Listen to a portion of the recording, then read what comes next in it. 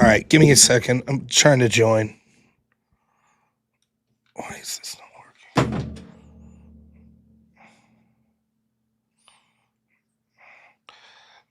working? Give me a second. John Burk. Crucible. John Burk. Executioner. John Burk. What do you think his...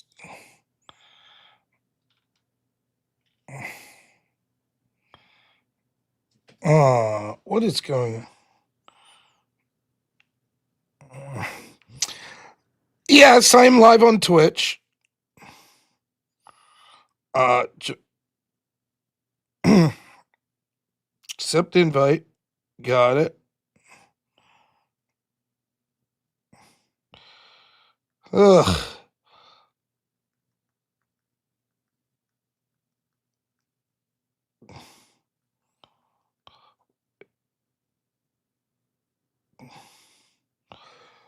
All right. Let's see. Yeah. There we are, John. Yeah, I'm trying to figure it out how to get on here together. We could use StreamYard. We could use your Discord channel's not. I accepted the invite, but it's not showing up. So give me 1 second here. I can't figure out what. Also, just so you.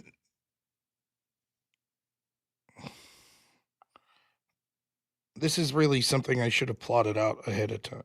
Where is John's? I know I have his Discord. 1 second. Den of Fools. Why is the invite not working? It says it's age restricted, his Discord.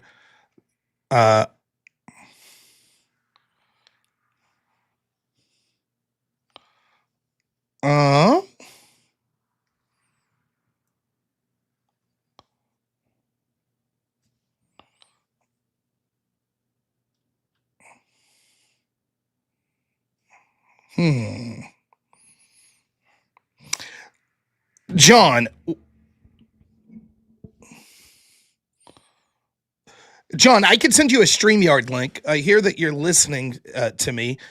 So if you like, if you're in my chat, I'll send you the StreamYard link just in my chat.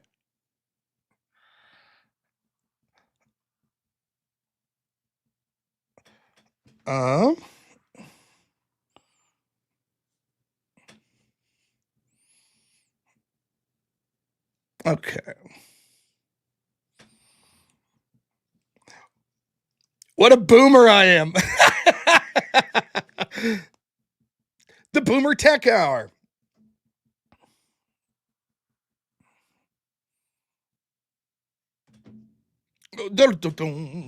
Anyways, everyone, I'm very excited. John and I, it's like getting the old guard back together. We used to do this a lot. We did drunken debates. We did spaces. We used to do a lot of spaces together. So, yeah. John should be hopping on at any moment here.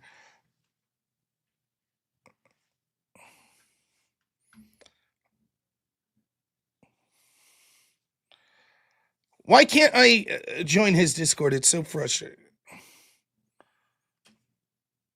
All right, here we go. There he is. Oh, almost had him. Almost. There you are. What's up, man?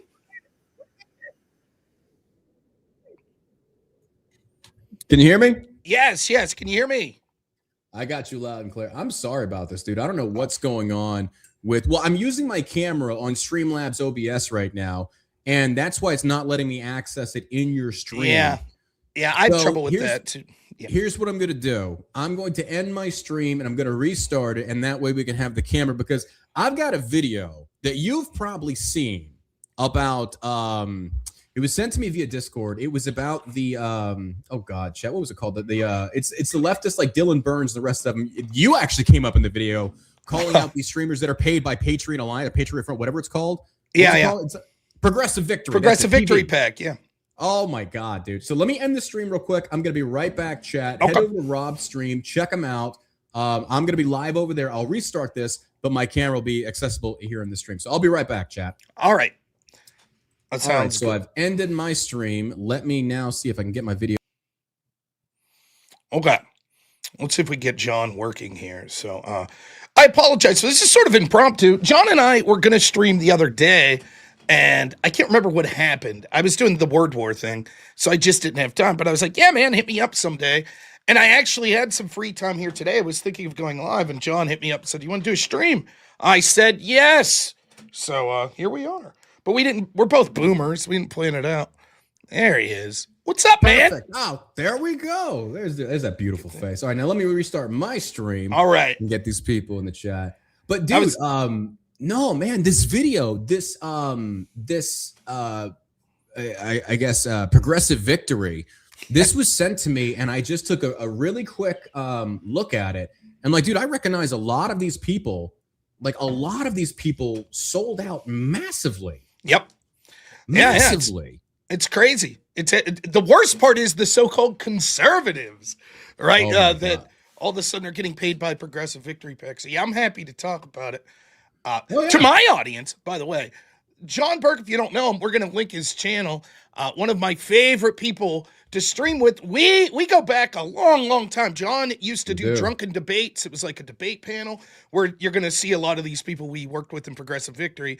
In addition to that, we used to do a space and used to just stream together a lot. So John, it seems like a lifetime ago, man. All the news stories that have broke since the last time we talked. Right? We need to get back into doing this because now I'm back in the streamer world because I was doing podcasting for a while, but I honestly miss the streamer world and good faith discussions from people that are they're out there to do it for the right reasons. They want to get to the bottom of these issues to ultimately see the American people flourish. But it doesn't feel like that anymore. It feels like it's the exact opposite. It feels like we have turned into massive echo chambers on the left and right, and that in the middle, the American people are suffering. But that's irrelevant. Dude, how long have you known about these streamers selling out for progressive victory? Because I know it also exists on the right. You know, you can't tell me the left is going to create something like this, and then the right within MAGA with the Tim Pools and the Dave Rubins that were taking money from Russian sources and blah, blah, blah, blah, blah. Like, this seems to be a massive thing. Yeah, so I started to hear about progressive victory PAC in 2024, months before the election. And so I'll just tell you my understanding of it. This is just, by no means have I done in-depth research. This is just anecdotally how I dealt with them. Brianna Wu was the person who I had interacted with that sort of, I think, spearheaded getting a lot of these people on. And so a lot of these people that ran the old Twitch politics spaces where you had these big debates, all of a sudden they were getting paid by progressive victory. So I would go into a place like Wick TV. He invites me for a panel. Sure, I'll go do the panel. It's supposed to be like 6 of us. And the next thing I know, it's basically me against 5 progressive victory PAC people. Yeah. And Wick himself's progressive victory PAC. Of course, it didn't matter. I was like, I don't care. I'll wreck you all. It doesn't bother me. But it was, you started to see this sort of, you started to see this pattern where you had all these people that were getting paid. And progressive victory PAC's message was that they wanted to not only defeat Trump, which, okay, makes sense, but to make the Democratic Party more progressive. And they're paying all of these streamers, and you have like right-wingers. It's like saying more retarded. Like, we're going to make ourselves more retarded to win elections. Yes. It's like, okay, go to town. Go to town. So you had right-wingers like this guy I used to like. He's a centrist right-winger. His name was Connor. He went by Counterpoints. All of a sudden, he's being paid by progressive victory PAC. And it was, you know, there was allegations that certain people weren't announcing it. Now, my feeling is this. If you want to take money, it's ethical in this sense. If you're not changing what you believe and you're like, sure, you pay me, but I'm still going to do me. No problem. Right. And you should announce it. You should be like, listen, I am getting paid, because what happens is you end up dealing with people and it turns out, well, maybe they're getting paid for their opinions. And so you're not getting their organic opinions. So you have people like Connor that formerly didn't like Trump, fair enough, right? But was very harshly critical of Joe Biden and a lot of the corruption. All of a sudden that stopped, or it barely existed anymore. And it's like, it's clear that this is an opinion that's being paid for. And you're right, it raises the question, how many of these people that we're dealing with online are organic and giving you their actual opinions? And how many people are being paid by an organization or just straight up grifting, saying what they think they should say to build an audience? That's the hard part. Like I'm with you. I don't think that there's anything wrong with taking money to, like, if you're gonna have a show sponsor. I understand that. I recognize that. There is a right way to do it and there's a wrong way to do it. And when you're going out there and you're talking about trying to influence these elections, I mean, look, that's no different to me than a lobbyist. And there's all kinds of lobbyists. You've got Pro 2A lobbyists, you've got APAC, you've got CARE, and I'm not saying whether they're right or wrong, they just simply exist. And I agree that can be an issue. You have influencing from other governments, other countries, you saw True Leave, the Canadian weed-based company, trying to get amendments passed in Florida to basically showcase a monopoly on their business. You've got them at the federal level that tried to help with this hemp ban. There's a lot of issues involved with lobbying, and it's not just an all or nothing. There's good, there's bad. Yeah. But I do feel, though, that as a lobbyist, you should, and I thought you should be required to publicly display that information for the benefit of your followers. FEC regulations dictate this, and that's how I think a lot of them got around it. They just said, we're just consultants. Like, right. The fact that you're being shady about it automatically tells me right off the bat, you're wrong. Like, what are you doing here? Like, yeah, they knew. These are the opinions you have, like Talking Point, or I don't know who Counterpoints is. I don't know a lot of these people. You debate. I talked about you on the stream. That I was like, Rob will go in there and debate anybody. And that's part of why you see Rob's blood pressure always so freaking high. Because Rob's dealing with retards 24/7. Yeah. So yeah. I get it though, but it's like that is so disingenuous. Like, and this is Dylan Burns. Like, Dylan Burns had always treated me with respect. Mm-hmm. He was never rude to me. I won't criticize him on that. But it's like, dude, what happened to you? You sold out to the system. You were like against, and then you're being paid by the system. It just blows my mind, man. Yeah, I mean, I say, like, just to be honest, like, I say, look, take where is this money coming from? Is it coming from Russians in the case of like Tim Pool and stuff? I say this all the time. So I get super chats. I have no idea who, for all I know, some of the people that super chat me can live in this country of Russia. I don't know. Yeah. Now, I can tell you this. I've never accepted any money from any government source whatsoever or for any lobbying or anything like that, to my knowledge. I'm sitting here begging for it. Where is this money? I will sell Rob out for a packet of Twix. I don't give it. No, I'm playing. Yes. I agree, dude. I agree. It's like, where is this money coming from? Because, again, we've seen Russian source. And the other thing that I know you see this, and it probably drives you nuts, Qatar. Yeah. Look how much money. Whew, bro. Well, let me give you an example on X. I think X is the worst platform for this because it's in design. The algorithm's designed to have low thought and stealing engagement to be the top. So you see all these people that are just promoting slop that all of a sudden they're making big money from it. I forget who it was broke this story, but all of these conservative X people were taking a bunch of money from things like the soda lobby, right? And all of a sudden they were like, well, we're not for RFK going after soda. Now, it's a defensible position. You could say, I don't like what RFK is doing. No problem. But it turns out they were all churning out the exact same talking point, and they were getting paid by lobbyists, and they weren't disclosing that. And for me, there is nothing that makes you less valuable as an online person than just parroting someone else's talking points that aren't your own. The only thing that matters to me is authentic opinions. Even if I disagree with them, I can respect someone that's like, hey, this is how I honestly feel. If you're just telling me what whoever is paying you is telling you to tell me, I have zero interest. And yet, that's the exact sort of behavior that's rewarded on so many of these spaces. Yep. 100%. It's just you're paid for that opinion. But, to your thing where you said that, I don't mind if somebody takes money if your opinion stays the same, but that requires a certain level of you have to watch that content creator. You have to, and I don't watch these people because honestly, I kind of feel you can speak more to this. Like, I feel like when you are watching so many other people, you kind of feel like maybe your content is no longer genuine, or maybe that your opinion could be heavily influenced from somebody else. But I do enjoy watching other people's streams that actually have educated perspectives on things that I don't know a lot about. It's like, what does this person think about this? And let's get their 2 cents. But if I find out you're paid, I don't care, because I can't rely on you to say it for good faith purposes because you genuinely care. You're just a paid mouthpiece at this point. So yeah, and again, if you're announcing it, I'll tell you. So I won't mention his name, but I talked to a sitting U.S. Congress member at this event. Yeah, time them all out, Rob. He was talking about lobbying, right? And I was giving him the business. I was like, oh, you took money from this group, right? And he gave a perspective that I could. Who was this? It was Congressman Dan Musser, right? Okay. He's in Good for PA. you, bro. Good for you. Dan's Good very for cool you. guy. You would like Dan. Dan's cool. Like, but we were talking about this, and I was like, what I seem to about have a history with people named Dan Patrick, Dan Crenshaw. Yeah. I seem to have this thing about Dan's in my orbit. I don't know what He doesn't have an I eye don't know what it patch. is. This Dan does not have an eye patch. So, so I'm not going to say anything about a war. All right.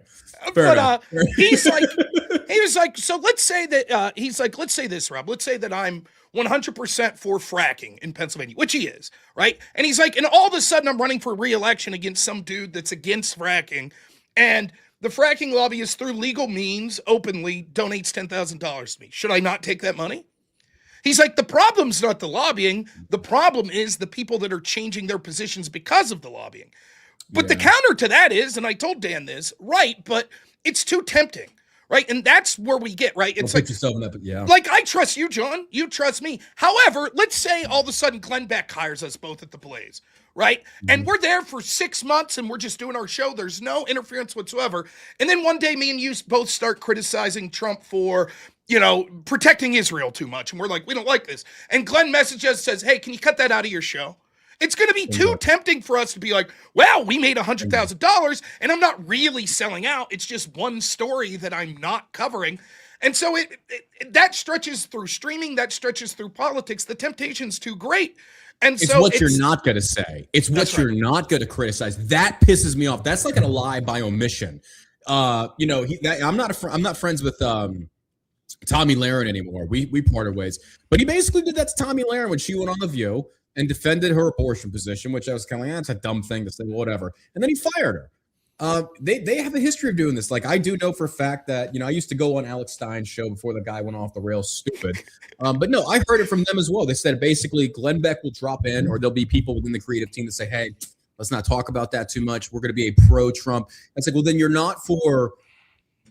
And this is the part that I think I got blackpilled, Rob. It's that, you know, they're going to say, like, well, then you're not for free speech. You're not for freedom of thought. You're for groupthink to a degree. So then that brings up a point then. Is it possible to create an enterprise or business with multiple streamers, as you see from Blaze Media, Daily Wire, with a series of conflicting viewpoints that can still operate in one unified system towards bringing in more subscribers? And I feel like I don't think that's ever going to be possible. Not to the degree that they're wanting it to be. Well, man, not only is that almost not possible, you can even distill it down to a single streamer level. Like, I'll tell you this, and I will not disclose these people because it was private DMs, but there were bigger streamers than me in 2020 that were right-wingers. When I was just going hard at Trump for lockdowns during the pandemic, they're messaging me and they're saying, look, we agree with you, but we don't want to lose our subs. We can't say... Now, all of us to a degree are audience captured to some extent. None of us are perfect. I like to think that people like me and you try our best to call balls and strikes, but still, there's always going to be some amount of, you know, you're saying stories and talking about things that your audience is interested in. I would love to come on and do a 3-hour expose on why the Steelers coach Mike Tomlin should have been fired 5 years ago, but no one wants to hear it, right? So I don't talk about it. You know, it's like, that's, so now try to build an enterprise. Everybody even the people that are listening to us, you want that comfort food. You don't want to tune into a show like me and you and be like, you know what? 20% of the time they're challenging beliefs that I like. You want to tune into someone that's like, yes, I'm hearing what I want to hear because so much of the world is just inundating me with messages that are antithetical to what I believe, particularly on the conservative side. And so don't you lose your individuality as a streamer, though, if you adopt that positioning? So hold on. I got to push pause on this and go back 1 second. You say every single one of us are audience captured to a degree. I disagree with that. I know you're not. I know for damn sure I'm not. I know that, in fact, because I've banned people I banned one today coming in saying the Jews are doing everything. Like, get out. Like, I don't, and people are going to take like, oh, so then you just love Jews. Like, no, I don't like when people come in there and they murky the water with non-applicable topics that aren't even relevant, but they try and connect the dots. So in terms of like audience capture, I don't see that with you, because I think audience capture means that you're afraid to speak about what actually needs to be discussed and giving an honest position versus, let's go the stark contrast, someone like Dan Bongino. Someone like that, that's an audience capture. Mhm. But to a degree, I don't think you are. Look at me. Did you get banned on Twitch again? No. So I got banned several times on Twitch, and now I have, like, right now I'm streaming on Twitch. I have 6 people watching. I used to have like 50, so they've really throttled me. Let me explain what I. Let's get Rob's Twitch link in the chat. Let's get Rob some followers. Thank you. So let me explain what I mean. You're right. There's different types of audience capture. What I mean by this, it's like when I say that I'm biased, and we're all biased. Like, that's just true. We all have a bias. The key is limiting it to be able to be authentic. The same as what I would say with audience capture. What I mean by that is, I'm trying to put out things that I think will please my audience. Now, there's a level that I won't go, right? It's like, I'm not just going to come on here and lie. I'm just not going to refuse to cover stories. But there is, like, I'll give you an example. I have these stupid songs that you could donate to play on my channel. I hate them more than anything. And yet my audience insists that it still exists. So there it is. It still exists. Now, that's different. I think that that's being audience captured, quote unquote, in an ethical way. Sure, I'm trying to tailor my show so that my audience enjoys what I'm doing. But I mean, it's very tough. Like, my audience gets on me all the time because I'll criticize Trump. So, for example, 2 nights ago, I did a show. It was like a year-end recap of Republicans in the Trump administration. Let's take Trump out of it for a second. Just look at Republicans in Congress. What have they done? Right? And I have people in my audience who I respect that are great people that I've had conversations with that say, why are you being critical of Republicans? We need to come together. This is blackpilling. And it's like, all I could do is be myself. You know, that's it. This is being, bro, the metaphor is like, why is it that I can criticize the Dallas Cowboys, which is my team, but I can't do it for my political representation that actually has a more important role in our everyday society? I'm sorry. I know there's a lot of people that love the Dallas Cowboys, and I know this is our year. But our political representation is far more important. In fact, you should be very critical. You should be, in fact, hypercritical to make sure that they're doing, or they're at least complying with the campaign promises they make. And if they go off track, as we've seen them do a lot, then yes, it warrants criticisms. The fact that you don't want to criticize people is a massive red flag. I mean, I'm glad you brought it up. You said the red flag stuff, or you talked about, there's somebody in the chat that potentially the lockdowns, the anti-2A attacks. I'm sorry. You know who I didn't see criticizing Trump for that? That was Turning Point. That was Charlie Kirk. Now, I'm going to say it right now. I think Charlie Kirk was probably a great example of what it means to be a good Christian man, because I didn't know the dude. I met him once. The first thing he asked me was how big my following was, because he was interviewing me to potentially come and join Turning Point. I was like, I'm good. But at the same time, though, Kirk's policies were absolute garbage. Kirk was an absolute populist. Kirk is what put people like Trump and Lindsey Graham and Mitch McConnell in those positions. He backed these people. His organization backs these people. So while I can agree that Kirk was probably a good dude, Turning Point is a grift. It's a grifting organization that has not moved the needle, not even one bit in Arizona, where they're principally located at. And I feel like if I can't criticize them to say, hey, look, I'd rather this organization purge itself of the grifters and push a more conservative agenda and back actual conservative candidates. Me saying that apparently is such a horrible thing. That's like, I disagree. I think it's a good thing. I think we need more actual consent. And I know you're shaking your head on some things. So let's get into it. But no, I agree with everything you're saying in the meta, that we should be able to criticize. And anyone that tells you, look, don't criticize your own side, is someone that you shouldn't trust. Because what they're really saying is, right? Correct me if I'm wrong. What they're really saying is, we have to, even if we have to lie, even if we have to tailor a message to win, then we'll do it. But then how do I trust you talking to me right now? Is it you tailoring a message to me? Right? So you're not telling me your actual thoughts. You're telling me what is the most advantageous for me to say to Rob right now. Well, I'm not interested in that. You know, as for, I supported Trump. I was a DeSantis person before Trump. Heck, I was Vivek before Trump. But I think that with Trump, one of the things we could say, let me put it this way. In order for positive change to occur in this country, your back needs to be against the wall to push forward. And if the people that supposedly have your back don't, and they're sabotaging you, then you can't even start the momentum to move forward. So from my perspective, and this should be true if you're on the left as well, you should be primarily concerned first and foremost with the people in your own group or your own party or your own ideology that are sabotaging you. Now, we may disagree on who those are, that's fine, but there is no problem in saying, look, I look at these politicians that are supposedly on my side and I think they're garbage. And I'm going to advocate for either them changing to get more in line with me and what I think conservative values should be, or I'm going to push for people that I think will do that. And I think half the problem we're in this country is because in my opinion, coming as a right winger, that the right's been so feckless that we've had people just going along to get along, and then what happens is you see these. I could talk until I'm blue in the face about here in Pennsylvania. I see people basically crawling over broken glass to get Republicans elected, and then they get in there and that's the problem. I know. If I can't criticize that, I know. then what are we doing here?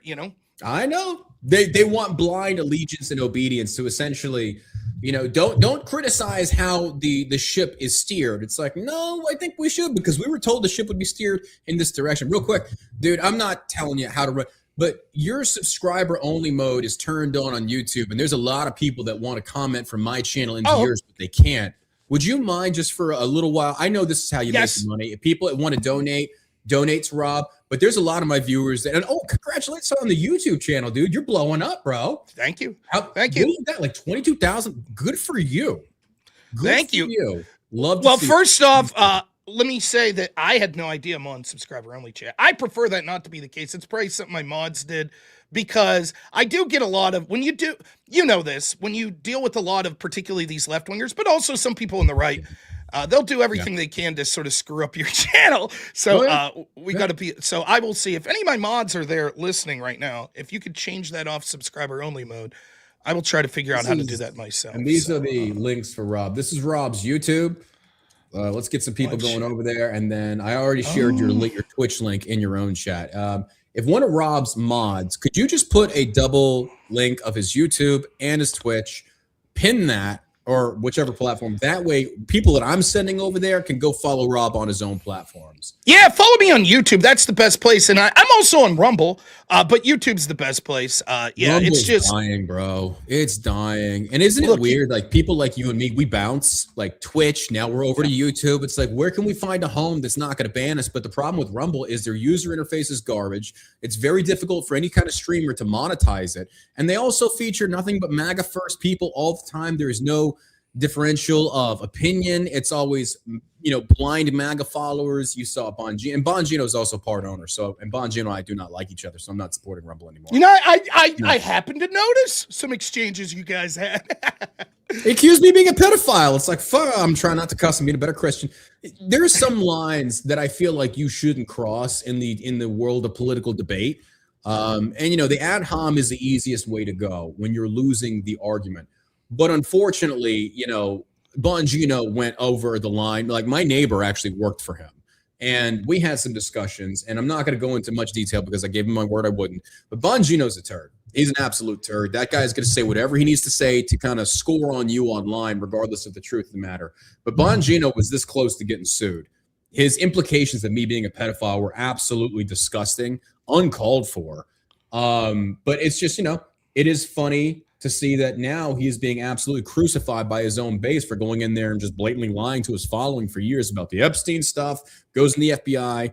I think Bongino is a classic example of the dog that caught the car that doesn't know what to do with it after the fact, because I think the federal government didn't actually continue any investigations into the Epstein stuff after the fact. And Bongino kind of thought it was, or Bongino doesn't know how the system works. So he goes in there and it's just like, oh, wow, this is not what I've been rallying about or raving about for years. And then Trump comes along. I don't know.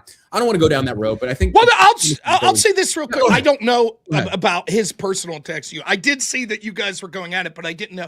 I'll say this about Bongino, and I think everyone should agree with this, right? Whether Bongino made a mistake when talking about things like the Epstein file before he was in office and then realized it was a mistake, or he got in there and then by his own volition or was forced to cover it up himself, I believe he owes people an explanation. At the very minimum, whatever one of those, right? So, like, you can't sit there and be like, oh, this is clearly a cover-up. It's clearly a cover-up on your show. Then get in a government position to do something about it and go, never mind, everybody shut your mouth. Like that, no, that can't happen. And he owes, now, I understand if I want to be as charitable as possible to Dan, I could say, look, okay, he made a few mistakes and he's still trying to protect the administration and maybe they're still doing work on it. But I'm sorry, the problem is, would I ever give that benefit of the doubt to someone in the Biden administration? No, I wouldn't. So maybe in the future we'll see, this is why it looked like Bongino was like sort of, basically crawling in a hole and not doing anything. But I don't expect that. Yeah. And as such, I feel that I'm totally within my rights to be like, look, this deserves criticism. The Epstein thing, the way it was handled by Trump, was one of the worst Yes. political Yes. decisions I've ever seen. Like, at the bare minimum, here, let me give you some free political advice out there if you're watching and you're in the Republican Party. Never tell your own base you don't want them to support you. I know. Politics 101. And when Trump comes out, telling them to stop talking about the Epstein. Like, bro, do you not know how the internet works? Like, Donald Trump, I think, sometimes goes into boomer mode. It's like, stop talking about the Epstein files. Like, that is not going to help your cause whatsoever. Like, whatsoever. But yeah, I think that there was a lot of bundled. Actually, I think what it is ultimately is that Democrats are going to say, like, oh, or Republicans say if Democrats had anything on Trump, they would have released it. This isn't a left versus right thing. This is a rich people thinking they can get away with whatever they want to get away with, doing whatever they want to do. And politics is there, but it's not in there as much as you think it is. These are just rich people that are looking to have a good time. And I think there was a lot of donors that were going to get. Matter of fact, Thomas Massey came out about this. Like, there's going to be a lot of embarrassed donors. I don't care. I absolutely do not care. Class supremacy, not your average guy in chat. Class supremacy, I think, comes into play on this. This isn't a left versus right. These are rich people that are trying to get away with disgusting things. And I feel like more investigation should happen. I mean, Prince Andrew gets his title stripped. I mean, come on, man. I think that they found something on this guy, or at least his people did. And I feel like with Bongino, though, the whole thing was that he didn't know what he was talking about in terms of that investigation in 2019. I think it stopped at Epstein and just Maxwell. I think it stopped there, and they didn't pursue anything else because these spider trails, it's like a broken glass. You have all these spider trails that are to implicate people that are donors, allies. This isn't a left versus right thing. So I feel like Bongino was justified in his criticism, right? Sure. I feel like Bongino was justified. But then he gets in there, and then he realizes the system isn't exactly as he thought it was, which tells me you might not know 100% of what you're talking about. You have a massive audience, so you better be very careful with what you say. But he gets in there, and then he realizes, I'm not going to change anything because Trump and a lot of other admin people probably have members, high donor members that were potentially involved, and not just on the island, but maybe we're involved. We're in the circle of Epstein. It's not going to look good. In the court of public opinion, that's going to destroy you. Look at what it's doing to the Trump like, we're going to lose the midterms. I think we're going to get absolutely crushed in the midterms because of the Epstein thing, which I did not. This was like an unenforced error. I did not see the Epstein thing going this bad. I thought it would just be handled, boom, maybe some heads will roll. But this was a massive, catastrophic event, how this administration has handled it. And I think that's what's going to cost the midterms. So, yeah, Bongino, I think he didn't know what he was talking about. I don't know that this will be the catalyst for losing the midterms. I also expect them to lose the midterms. What do you think of it? I think that historically, I know, but what do you think the main cause is going to be? I think that it's going to be, in general, that they haven't committed the promises that they said on things like immigration, and that the economy still isn't going to be in a place that people are comfortable with. Now, there's defensible things to say from the Trump administration on all of this, but that hardly matters, right? Like, the buck stops at the top, and inflation was so bad during the Biden years, even if it's tampered down significantly by Trump, there's no deflation, It did end at like 2.9 when Biden left off. It was already on the decrease with Trump. Yeah. And that's the thing. It's like, oh, they did so good. No, you just reopen the economy and it's going to rebound slowly and eventually, but it will. But Biden left it at like 2.9 or 3. So inflation was coming down, which is good to see. Like, regardless of who does it, I'm glad. But you're not wrong. We're now dealing with potential stagflation. The housing market is not moving. This is how bad it is. Like, Trump is talking about, or he already is investigating Jerome Powell, whom he appointed in 2017 as the Fed chair. It's like he's doing this he's holding the rates up to come against me. It's like, but you appointed him. Why would he go against you? Here's the thing. Trump, one of the big criticisms of him is he claimed, and this is right for criticism, I surround myself with the best people. And routinely, we could see the exact opposite's true, right? You're draining the swamp and you appoint John Bolton. You can go through Pam Bondi. You can go through these John people. Bolton, all of them. It's like, you hire the worst people. And right now, you've got Steve Miller.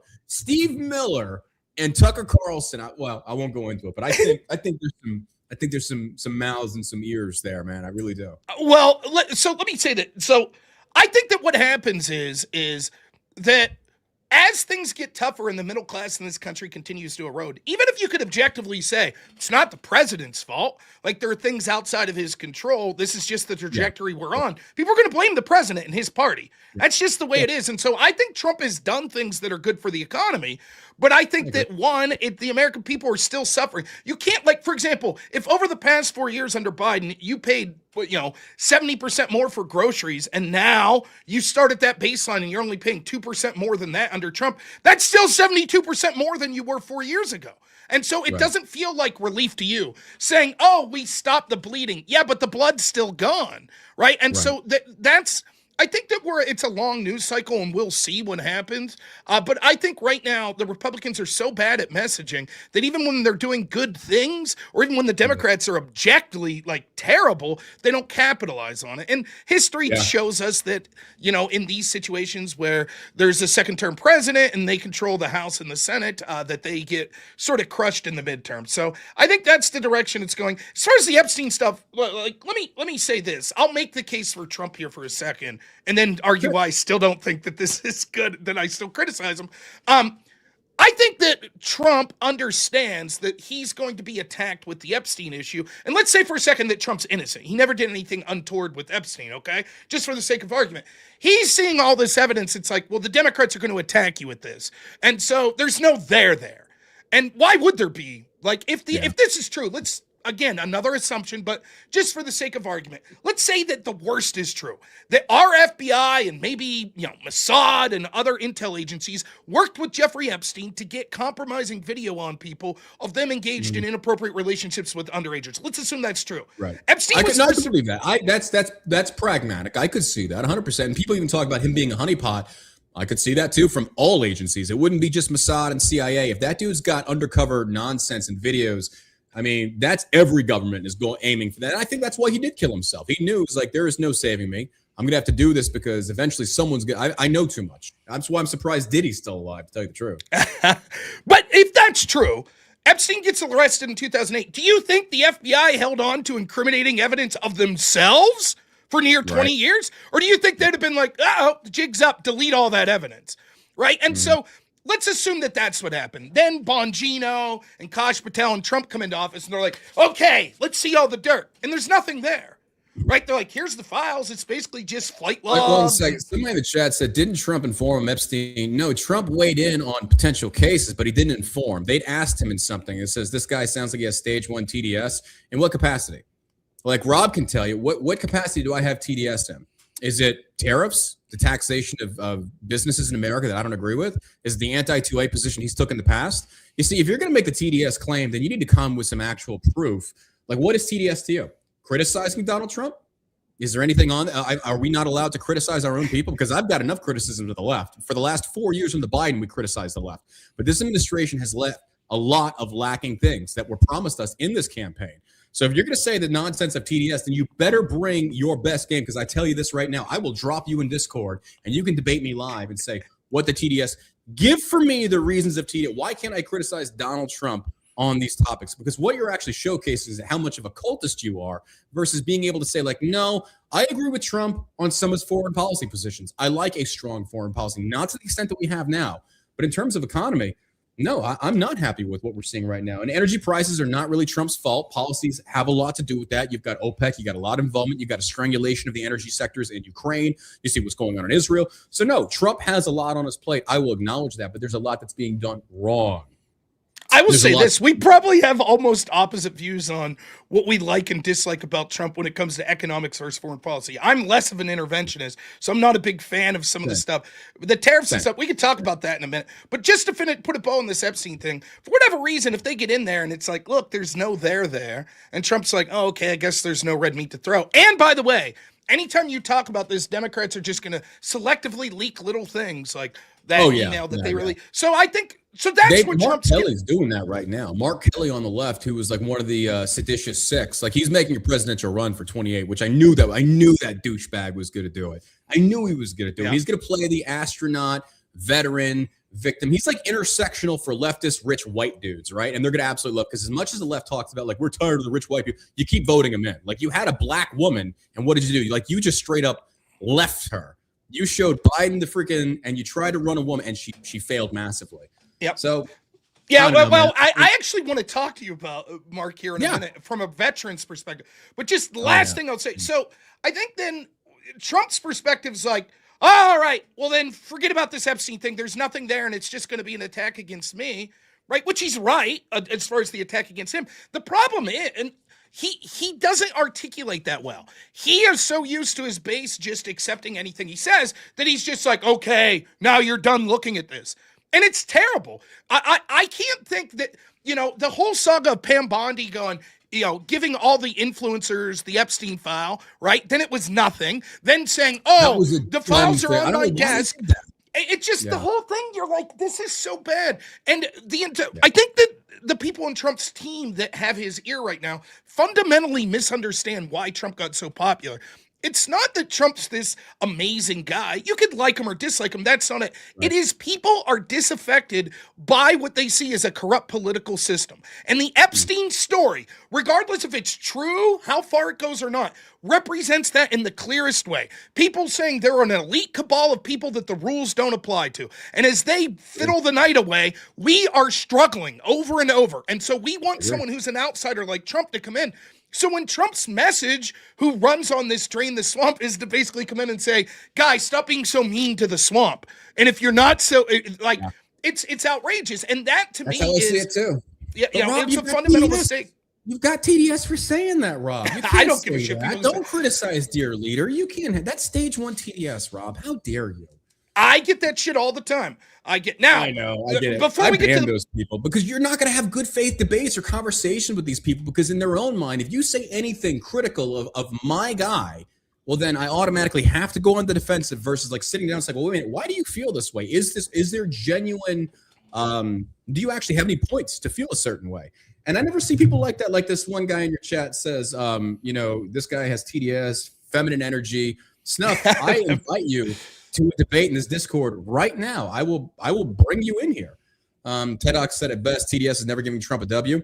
But we have given Trump a W. Yeah, I've heard John say positive things about Trump for sure. We see energy dropping now. We see Trump doing some good things there, but there's a lot of bad things. But you don't want to address that. You only want to focus on the good things. Well, if the good things are already happening, shouldn't we focus on the things that need improvement to better of this country? I agree. And the other thing is with Trump specifically, Trump's not an ideologue, right? And so take the bump stock issue. Like Trump, he didn't care. He don't care about the Second Amendment. And so in his first term, he's like, hey, get rid of bump stocks. And then all of a sudden his base is like, whoa. And then Trump changes course. The problem is if you're unwilling to ever criticize him, will he change course? Now, can it go too far? Of course. And here's the issue I want to look. Trump does listen to his base because Donnie Jr. gets in his ear and says, hey, back off on this, back off on that. A lot of people got in his ear over the Epstein thing because he was going the opposite direction. Then he said, okay, we're going to do this. Massey put the bill forward. They got it signed. So Trump does listen to his base. And when people will acknowledge that and recognize that, it's like, well, then you should be getting loud on some of these issues that you want to see Trump kind of divert to a more conservative position on. But instead, it's back to, well, it's TDS. You can't credit. It's black pill. It does seem like there is now a movement that has begun getting more recognition. And that's for people like you and myself, Rob, that are more independent, are like, I disagree with this. I do agree with that. But you're going to see the cult people take an issue with that because anything they hear that runs contrary to what their political side is, that's an attack on their identity. Until you get out of this mindset of the left versus right, I have to defend conservatives, I have to defend Democrats, or I have to defend my guy. Because when you can get out of that mindset and you can start calling balls and strikes, you're going to find that the political affiliation is irrelevant. And then you'll see, based upon where you stand on policy, what your actual political affiliation is. And unfortunately, a lot of people don't want to do that because with MAGA, this is populism. This is not conservatism. This is populism. I consider myself a populist, but you're right. Like, listen to this. So many people have built their, I say it like this all the time. I think it's worse on the left, but it certainly exists on the right as well. Oh, yeah. Oh, absolutely. There are people. I just don't want to see the right, dude. I just don't want to see what has happened on the left happen to the right, and it's happening. And that's why people like you and me speak up. You have to speak up. So there is, like, let's take from the example on the left, right? There are people that I debate that I believe have foundational, like, core principles as lefties. Like, for example, they believe in a big social safety net. They are critical of law enforcement. They think law enforcement can sometimes go over the, but that is all secondary to orange man bad. And so, for example, you could have people that have built an entire career on criticizing law enforcement saying, but everything the FBI did to the Trump people is legit. Everything they did to everyone involved in January 6th. And the same's true of, you could be look at the Tea Party, right? I stood with the Tea Party, fiscal conservatism, right, under the Obama years. And yet, Trump comes into office and spends, even before the pandemic, at a higher clip than Obama. Where was the Tea Party? All of a sudden it was, but we like Trump. If you, whether it be as opposition to an individual or support to an individual, sell your principles, then what good are you? What good are those principles? I'm not saying that you don't have those principles. I'm saying when you always say, but if it's the guy I hate or the guy I like, then I can put those principles on hold. Then what good are they? Conveniently pause those principles. Absolutely. Absolutely. So, I can't stand that. Mark, the Mark Kelly thing, I was interested in your perspective as a veteran on this. Like, the idea, take away the whether or not it was legal to strike these Venezuelan boats or deploy the National Guard, etc. Right. What did you think about? Okay, I want to come back to that because I'm interested in that's it, because I know my libertarian friends are just they're crapping themselves. Me, that's like, okay, so me it's kind of due process. Like, do we know 100% those are drug boats? And if it is and they're coming here, I kind of don't take an issue with that. I kind of think that's the right move. I think America has to flex itself sometimes, that if these countries are going to go through illegal means of bringing drugs across our border and they're not going to stop, I kind of feel like, what's to stop us from stopping those boats, using our Coast Guard, things like that, versus just targeted strikes? I want to come back to that, but you talked about Mark Kelly. Make that one so I actually don't make sense to answer that first and then go to Mark Kelly. Yeah, please. So, like, there is the legality of it, and then there's the whether or not I like it or not. I was on the fence when it came to the strikes as whether or not I wanted it. On one hand, it's like, man, I'm so tired of, like, sort of interventionist type policies, attacks and stuff. But on the other hand, when I look at sort of the United States involvement in Syria or in Libya, how does that affect me? But these people we're talking about actually coming to the United States. So if I have to have my military aggressively posturing to sort of protect the United States, at least it's with people that are allegedly bringing harm to the United States directly, as opposed to halfway across the world, people that we're never going to deal with. And so I do think that I was like, I'm on the fence. I guess we'll see how it plays out. So far, so good, I think. The legality of it, I think, is just, look, I'm sorry, sour grapes from so many of these people on the left that supported every single intervention that Obama did. Obama, by the way, ordered the execution of an American citizen without any due process whatsoever. Right? Ordered the strike. Now, you might say, screw it. He was an alleged terrorist. Fair enough. But then you don't get to complain when Trump's like, oh, and we find these people to be terrorists. It's pure. Right. So for me, the legality of it, and then the double tap thing, which was the most laughable. Well, okay, the strikes on the boats may be legal, but the fact that they attacked the boat and then there were survivors and they attacked it again. How laughable is that? Now, I'm not in the military, nor have I ever been, but my understanding is that's pretty much par for the course for any drone strike. You're not going to be like, oh, we blew up the tank, but there's bodies still there. Now we have to pull back because they're, hors de combat, and we can't strike any. No. That now you're getting into international law or war. I mean, I'll be honest with you. If the all I can go on is based upon the rules of engagement that we had in Iraq and Afghanistan, I don't know how that applies on the global stage. So just take that in mind. If I strike a boat, the boat is destroyed, and there are bodies that are clearly destroyed, or if a tank and there's bodies on the outside, is that tank still fully operational? If it's not, you've destroyed the tank. Are the soldiers still engaging with you? If not, and they have surrendered, have you given them the opportunity to surrender? You could look at that in the means of like, you've disabled it. Or you can, man, that is such a gray area. The reason that it's slightly different than Iraq, here's why, right? Because there is zero potential for saving these people. So, for example, if you said, so like, this is how it played out. And I talked to some lawyers about this, and this is what I really believe. Regardless of if you like it or not, the boat itself was designated a military target. And as such, until the military target and the cargo thereon, which was allegedly drugs, right. It's still allegedly. That's the part that makes me curious. Do we know? Like, do we know? And Hegseth that talked about our military intelligence. Like, dude, I've worked with military intelligence. It's not as accurate as you think it is. I'm not trying to criticize our military, but there are certain things that people give far too much weight to in terms of military intelligence and intelligence gathering operations. So that's my thing. It's like, I need to know, like, without a shout, and I know we never will. We'll never get the truth. But it's basically saying, do you trust the government to give you actionable, accurate intelligence on these things? And I think the answer to any question on whether or not you trust the government should be automatically no. I do not trust the government. I agree with that. But am I saying they're lying? No, I just can't trust them. But this is a separate question than the double tap, right? Because, like, for example, you may be in the military and you're ordered blow up that. Like, you might be in the military and you're ordered blow up that building because it has WMDs in it. Now, you might say, I don't know if that's true or not, but you're going to carry out that mission. Once it's designated a target, it's fine to go back and say, was that target legitimate? But we've moved beyond that with these criticisms that the Democrats had, which was, even if it was a legitimate target, to strike it and then strike again when there were people that were wounded is illegitimate. And that's just not the case, because once the target is deemed valid, you can't just leave it like half operational in a position where you don't have people on the ground there, soldiers on the ground to apprehend, right? And so what are we supposed to do? Allow these people to call in? Hey, we just got struck. Send the Venezuelan military to pick up this cargo. Send them to pick up these people. No, that's not the way it works. Consider this, like in Vietnam, because the whole argument is once you're incapacitated, you're hors de combat, which means that you're not allowed to strike them again. Consider you're in Vietnam or Iraq or Afghanistan and you're fighting insurgents and you wound a person. And that person legitimately is not going to be much of a threat as a fighting force anymore. But you see them reaching for their radio. Are you allowed to strike them again?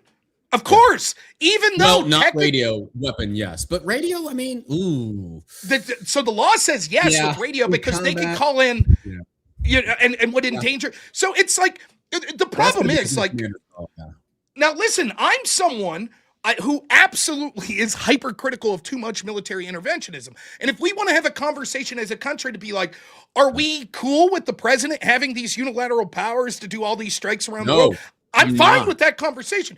The problem is the selective application to Trump. Obama could be the droner-in-chief. Biden could attack Syria. He could attack they've all done it. Like every president. So that's why I'm not going to sit here and pearl clutch over this guy. And that's also kind of what bothers me is like the War Powers Act is just like toilet paper that we just wipe our ass. Like Congress serves no purpose in terms of these. Now I understand that you do need to have these emergency situations to where the executive branch has to make a call. But again, approval for war has to go through Congress. We didn't even get a congressional approval for the 20-year GWAT. So it seems like, well, then what is the point? What's the point of Congress then? If we're not going to utilize the checks and balances system to ensure that we are not just going full nilly into a lot of these issues. I know that Venezuela, I know that Iran, I know a lot of these foreign interventions come with good things for America, clearly, but the pathway to hell is always paved with good intentions, and it just feels like we're just kind of expanding.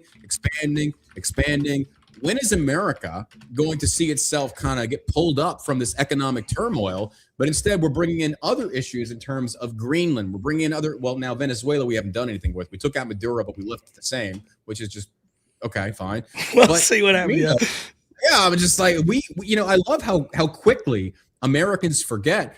Dudes like me that went over there and fought for 4.5 years. I don't want to see us involved in another forever war. I don't want to see us getting back into nation building, because unless you have been living under a rock, we fail. America fails at nation building. We are not good at infrastructure. We need to stay the hell away from it. We have brought about so many of our own wars and disasters from America putting its thumb on the scale. Ukraine in 2013 under the Obama administration, when we helped facilitate that coup and propose like a pro-Western government. And then Biden gets in there and Hunter Biden on the board of Burisma, you start seeing money. So it's just that every time America gets involved, it's always with the best of intentions. And we forget that. But Iraq's got weapons of mass destruction. We're going to go over there and give them freedom. No, they don't. They didn't have weapons of mass destruction. We didn't find any. We found chemical warheads, but that was not WMDs. We were lied to. And then it changed. The reasoning changed and went from WMDs to now, hey, we can't just destroy this country and leave it. We got to rebuild it. So that's what worries me about Venezuela. That's what worries me about Iran. That's what worries me about Syria and Libya and all these places that when we put our missiles, our military, you've just percentage-wise increased the probability of you getting involved at a higher capacity. And it just keeps, it's like steps, bro. It just one step, it's 1 billion, 40. Look at Ukraine. Look at Ukraine. We have given them so much of our money for this proxy war with Russia. It's mind-blowing to me. And well, look at it. Both sides have done this. Afghanistan, we were there 20 years. 14 generals that were in charge of the war in Afghanistan. Everyone told us, it's almost done. We're winning. Trust us. The Afghan forces are ready to take over. And they didn't last 2 weeks after we were there for 20 years. And then we left all this military equipment that went right to the hands of the people that we were told we had to be there to fight. We gave the Taliban an army, bro.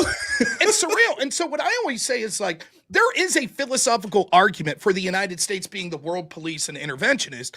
I'm willing to engage in the debate. However, what I would say is that only works if you have competent and benevolent people that are running the show. And right now we have neither. I don't trust our intel agencies. For example, when they said we needed to attack Libya because, Gaddafi was this horrible monster, you could throw a dart in the Middle East and Africa and hit a country that has a horrible leader.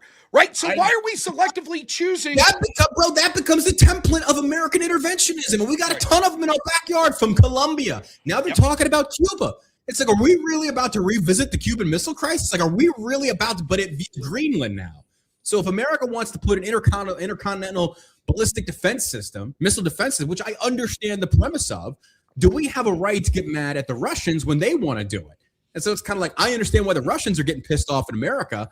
So it's like, but where is the answer to this? What is the right move to make on this one? What do you think on that? Well, the Greenland thing's an interesting question. Like, look, I'm of two minds, right? Part of me is like, look, I want the United States to focus back home, and I'm tired of all this interventionism, etc.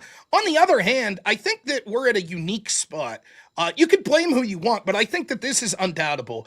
The United States was in a position post-Soviet Union collapse that few countries in the history of the world have been. In fact, I saw someone put it this way. They had to invent a new term called hyperpower. That's how above the game the United States was compared to every other country in the world. We won. Right. The manufacturing sector in this country, the middle class in this country was phenomenal. We were the economic superpower, the cultural superpower, the military superpower. The rest of the world looked to us like we were head and shoulders above everyone else, and we sold that out. The American people have been sold out. The middle class in this country have been sold out. And for what? And so at this point, if I'm going to be generous to Trump, and this applies to like situations like Venezuela and Greenland, it also applies to the tariffs. I think that what Trump's team is seeing is like, this isn't sustainable. It's not that the United States is going to lose being the world superpower. It's just the gap between us and China is shrinking. And as such, right now, there will never be a better time than right now to try to make aggressive moves to ensure that the Western Hemisphere is sort of secure. And so whether it be through tariffs... Right. So you got the Monroe Doctrine when it comes to Venezuela, Greenland, and then you have the idea of tariffs of being like, look, we have to radically bring manufacturing back to the United States and solve these trade deficits, or by the time we realize it, it's going to be too late and our negotiating power is going to be much smaller. Now, this doesn't mean that all of these moves end up beneficial, We got to push pause on that, bro, because let's talk about the tariffs real quick. We still have to go back to hold on. What is your opinion on the boat strikes, though? So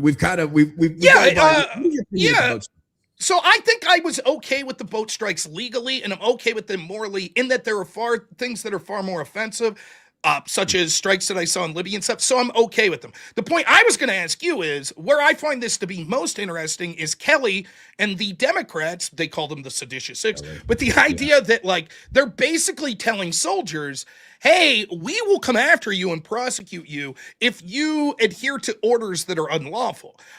Can you talk about like the jeopardy that puts soldiers in the front line? Because now you're hesitant to follow orders, and it could lead to deaths of like your fellow soldiers because, you're hesitant in that scope. Man, this is a very nuanced conversation. I'm glad you brought this one up. Okay, number one, let's go back to the video that these seditious six made. Mark Kelly stands out though because he's retired officer, meaning you can get pulled back anytime if you're on the benefits. If you're you can get recalled at any time for anything that you've done, and people don't understand that. So that is well within the wheelhouse of the military. Now, let's talk about the video per se. Was the video seditious? No, it actually wasn't. Nothing that those congressmen and women said was wrong. Hey, don't follow illegal orders. That's, when I heard that, I'm like, they're saying common sense stuff, but then you see the context as to why they're saying it and who they're subtly aiming it at. Are you ready, chat? Are we ready for John doesn't give Trump any W's? Here we go. Mark Kelly knew that by saying that, he is going to try to sow division within the ranks. This is a no-go. I don't care if it's Joe Biden in office. I don't care if it's Donald Trump in office. You do not, for national security purposes, you do not try and split the ranks. That is not good. We saw Rome fall as a result of the splitting of the empire into East and West. We don't want to see that with our military, because that's it. The military is what keeps Russia from invading. The military is it. It's not you purple hairs. It's not me and Rob doing the Twitter stuff. It's the military. We have a very effective military. I don't think people understand. America has the best military in the world. And I'm not saying that because I served in the military. I'm saying that when we saw the war in Ukraine, the paper tiger that is Russia get stalled in Ukraine of all places, and they're rolling out T-55s, T-72s, Soviet-era tanks and a lot, which some people said he was using that as cannon fodder at first to reserve as good equipment.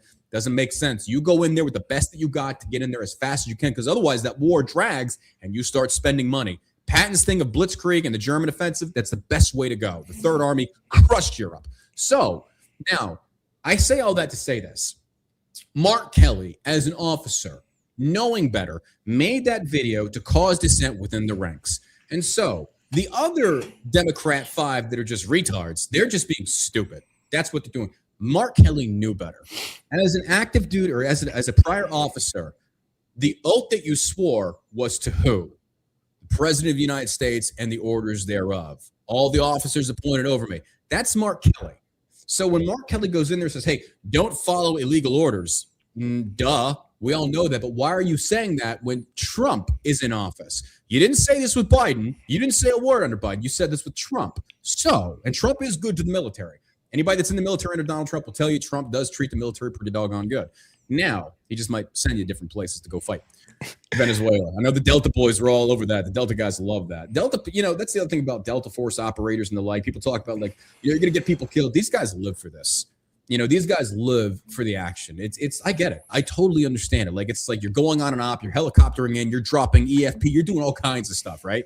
I get that. But the thing that I got pissed off with Mark Kelly about, though, is that Mark Kelly knows all this and he did it anyway. Your integrity as an officer, as a soldier, as a veteran, has now been compromised for good. Because as much as I don't like Joe Biden, you would never hear me see or say anything to the like of disobey Joe Biden if you're in the military, blah, blah, blah, blah, blah. No. And now I couldn't be recalled because I wasn't an officer. But if I was to say that, that would kind of make me a turd, right? If I'm saying military, don't listen to Joe Biden, don't follow his orders, but bro, what are you doing? That's not a smart way to be. You don't want to cause dissent. Well, imagine this. Let's say I think the Iraq war was illegal. Let's say I hypothetically imagine that, right? And so I would say, listen, all of you soldiers right now on the front lines getting bullets fired at you, you better not, maybe if you fire back, we'll arrest you later because this was an illegal war. Think of the implication of what that does. The idea is, it is true, right? And we have to keep it accurate. We do have to keep it accurate. I don't think that's ever going to be a pragmatic situation that anyone will actually face in terms of being afraid of pulling a trigger because of what some no-name congressman like Mark Kelly said. I think more so, and I was about to say this, what you're referring to that actually probably did happen would be more so active duty military members saying, yeah, I agree with Mark Kelly. I'm not, and they get kicked out. You're going to lose. Yes. And they will tank their career. They will tank everything they work for. And some of them might even be combat veterans that are still serving. That is an absolute, and I criticized him for that. I think Mark Kelly is going to cost active duty service members their careers because this dumbass is making, I said this months ago, my chat can acknowledge this. This dude's making a bid for presidency. I guarantee, and sure enough, it's coming out. Mark Kelly's talking about a presidential run because in terms of political theater, it's a brilliant move for the left. This is not left versus right now. This is John Burk talking more so in a political strategy context of that's brilliant. You're rich, you're white, you're a combat veteran, you're an astronaut. Now you're the one fighting Donald Trump. And Trump and Hegseth are going to come after you, justifiably so. And this is where I will criticize Donald Trump and Pete Hegseth in terms of political strategy. They should have left it alone. Do not acknowledge that video. Do not go after Mark Kelly. All you're doing is giving him energy to his voter base. But if you ignore it, then the trouble exacerbates, right? So they shouldn't have even publicly said anything. Drag that dude in, court-martial him, strip his benefits, and kick him the fuck out. Absolutely. But how you handle that matters. I don't think it was handled in the smartest move, but first time doing it, I know it's not going to be easy, especially when you got the MSM coming against you. But Mark Kelly knew better. He's a coward. He's a coward. That's a traitor.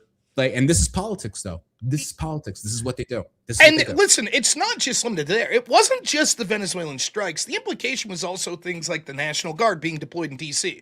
Basically, what happened is, and we all know this to be true, Democrats don't like a lot of the policies of Donald Trump, and so they are trying to get the people on the ground that would enforce those policies to quit, to question it, etc. And that is dangerous to the fellow people that are enforcing it. The same is true. Now you have... imagine this. We have people, regardless of what you think of how ICE is going about their job, literally right now, the implication from the majority, the mainstream implication from the Democrats is this to ICE officers. You're going to be arrested when we take over. We're going to arrest you. And what you want to do is sow division, so they say, oh, then we won't carry out these orders. Now, let's say, hypothetically, this goes to the Supreme Court, and the Supreme Court says, actually, what ICE is doing is perfectly legitimate. And yet, nonetheless... That's it, bro, Rob. I think it is. I think that you're carrying out federal law that makes the nation sovereign. There is not another nation on this world that does not have borders. We have to have border enforcement. But I think where you're leading to, though, is how a lot of our conservative friends, I don't know where, I think the conservative base right now is so split into just microcosms now. Because, there's MAGA conservatism, there's Bush era conservatism, there's a lot of different variations of this. But what I have seen, though, from that context is that it's like, how to explain this better? Let me think on that one, because there's a reason I said that. It's because if you say that you're pro-ICE, you're now a statist to libertarian, right? You're a bootlicker. No, I get that all the time. Oh, bro, same. But that's not actually what it is. You show me a country that has no law enforcement. Show me a successful superpower that has no border enforcement. It doesn't exist. It's got to exist. You're going to have law and order. I know some of my libertarian friends that used to be like, we don't need laws. We don't need police. Yes, you do. You absolutely do. It's just, I'm sorry. This fabricated reality that you see existing does not exist. And it's never going to be happening. So you can buck for it all you want, but you're aiming for a 300 target that you're not going to hit. So let's be pragmatic about this. The ICE agency and what they're carrying out, I fully support. We're not going to get the number of deportations that was promised. We're going to be lucky if we get anywhere close to 3 million. I think they're predicting 1.6 right now, about the same that Obama did in his first year. Trump people, time to wake up. I know, and me criticizing this sounds like I'm on the left, but I'm actually more on your side than you realize. I want more deportations. I want millions gone. I'm almost at the point now, Rob, where I'm just being very blatantly racist and discriminatory. Somalians, get them out. Kick them out. I'm not saying white nationalism, but I am saying I'm tired of being the middle-class white heterosexual dude that works, pays taxes, doesn't abuse or manipulate the system, but for some reason I'm the fault of the system and they want to exploit me more. And this is what these minorities come from these third world shitholes that I've been to and I visited. And it's like, no, go back. I don't want you here. I don't care if that makes me a racist. I don't care if that makes me a xenophobe. What it means is I am tired of the system being exploited by a certain demographic, and not even just specifically, but just other demographics. But regardless, what we see with ICE, though, is that enforcement. I will give Donald Trump the utmost kudos on this. This is the one thing that I absolutely love about Donald Trump. And I didn't vote for him in this last election, but I knew that Trump would hold good on his word of deportations, and he needs to. And this is the other thing, this is self-preservation now. If Republicans ever want to ever think about winning another election, you better make some things happen now. That's why I'm still waiting for codified federal ID voter law. I'm still not seeing anything. That's a big one for me, because if you care so much about protecting the future and the integrity of these elections, you don't sign the CARES Act and dump $12 million into mail-in ballot voting to all 50 freaking states. That's what Trump did. So you don't sit there and say like, oh, by the way, the FBI spied on me under Obama, but we're going to build them a great headquarters. It's like, no, you should probably abolish the FBI. Yeah. And the left can agree with this. If the left can agree that ICE has been weaponized, that the FBI has been weaponized against them, and the right's going to agree that they were not ICE, but other FBI, agencies, yeah. DOJ, was weaponized against the right, then can't we at least come to the middle to an agreement saying maybe we should need to start reducing the federal footprint of this government and start abolishing some of these agencies? But instead, we get the opposite. It's like we're going to build a brand new. Dan Bongino goes in there and he says, we've restructured it. You know who they just hired to replace Dan Bongino? Go look this up. I kid you not. Go look this up. They are restocking it with leftists or people that are just, it's like, now, when they talk about like how the left, if they take power, are going to go after Trump and his administration, the way you prevent that is maybe abolishing, codifying some laws to prevent certain things from happening. Because even if the left takes the midterms, you're probably still not going to have the votes overall because Trump still holds the executive. Veto power is king, but that's not being done. It's not being done. So I'm kind of like, you're saying all these things, but you're not doing any preventative measures through any kind of policy enactment to prevent this from happening. So the ICE is just nothing more than an example of you promise these massive levels of deportation, which I'm all for. And then what do? They had to lower recruitment standards. You're not going to have enough people. You've got to surge the ranks. The same thing had Rob. You can use this. You can use this. This happened in 2006 when we surged Iraq because we didn't have enough security forces on the ground. Rumsfeld and the rest of them realized if you want to secure Baghdad, you want to secure Iraq, you got to put troops as security forces to act as the police because the police there are so corrupt you can't trust them. So what do we do? In the military, any vets in the chat will tell you this. We lowered the recruitment standards, and basically you let all these shitheads come in. And what happens? Now your caliber of leader goes down the tubes. Now you're dealing with so much more drama, blah, blah. Now you're going to get some more stuff kicking off overseas of, people murdering people because you're not able to purge out those turds. It's no different than ICE. So in the Renee Good case, justified shooting, 100%. I've watched that video back and forth, 100% justified shooting. Has ICE stepped over the line in other areas? Absolutely. But what did you think was going to happen? So when my conservative friends on the right are complaining about, look how corrupt they're being, that was going to happen regardless. I'm not saying that it should be justified, but bro, that was when you lower the ranks, you're bringing in the turds, and you've got some turds right now that want to crack some liberal skulls, and this is what you're getting. So part of me is like, I don't agree with when ICE steps over the line. That is supporting statism. That is supporting bootlicking. But you do have to have that presence because all these people in the chat that are probably complaining right now, like, you're not deporting them. You're not enlisting to go do it. So what are we supposed to do? Yeah, I totally agree. Like, look, the issue is this. Anytime you have massive amounts of law enforcement, there's going to be bad apples. You could take any police department in the country. Like, I guarantee you, if we had access to body cams, it would take us a short amount of time to find someone from Dallas PD that's done something heinous. Of course, that doesn't mean that you disband or say that the operations of Dallas PD need to be eliminated. The FBI was a different thing when I agree they should be eliminated because the rot started at the top. It wasn't the agent on the ground that I had a problem with. It's James Comey and Rod Rosenstein and Chris Wray, the people that were on the 6th floor. That's the problem. You got to cut the head off the snake. Yeah, that's right. But I would never suggest that we get rid of law enforcement performing the duties that the FBI is supposed to perform. Right.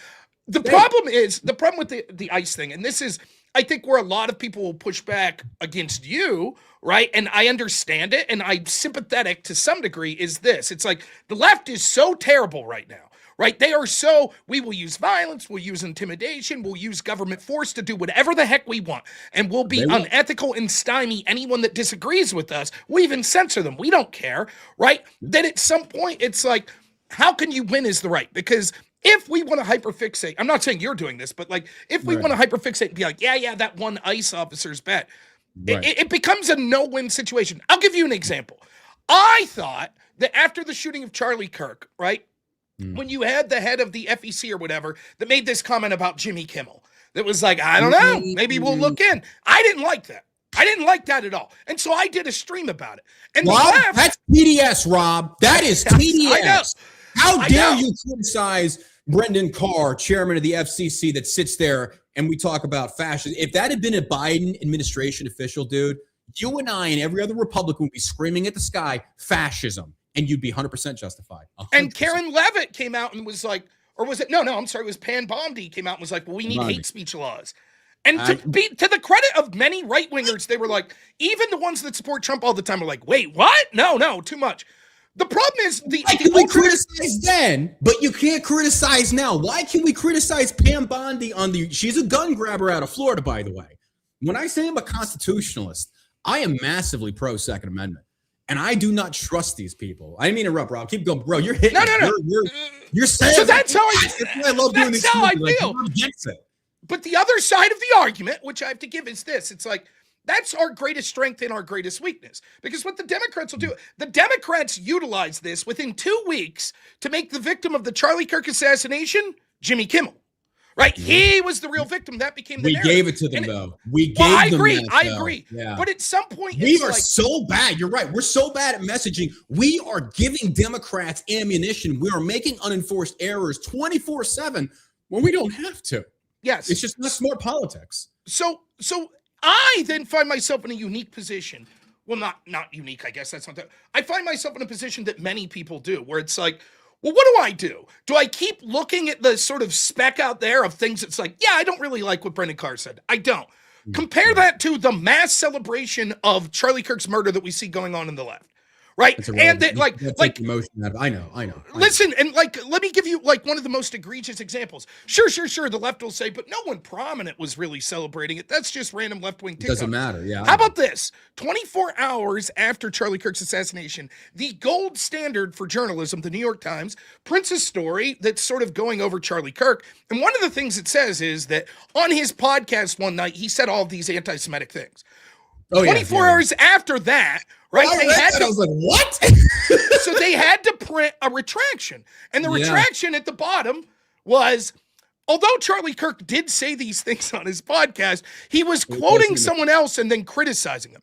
Now, when the impetus... It doesn't matter because the damage is already done. The first issue is out. It does. And they know this. This is a leftist tactic. Get the first one out. And then the right is now trying to put out the fire, but it's already out there. I knew they were going to do that. As soon as it was going to be alt-right, white supremacists, nationalists, the same adjectives they use for everyone that is not on the left, they just levied at him. You're dead on the money. So then what happens is, like, imagine that this man, this father, regardless of what you think of his politics, he wasn't brutally heinous. He wasn't advocating violence. This man with daughters.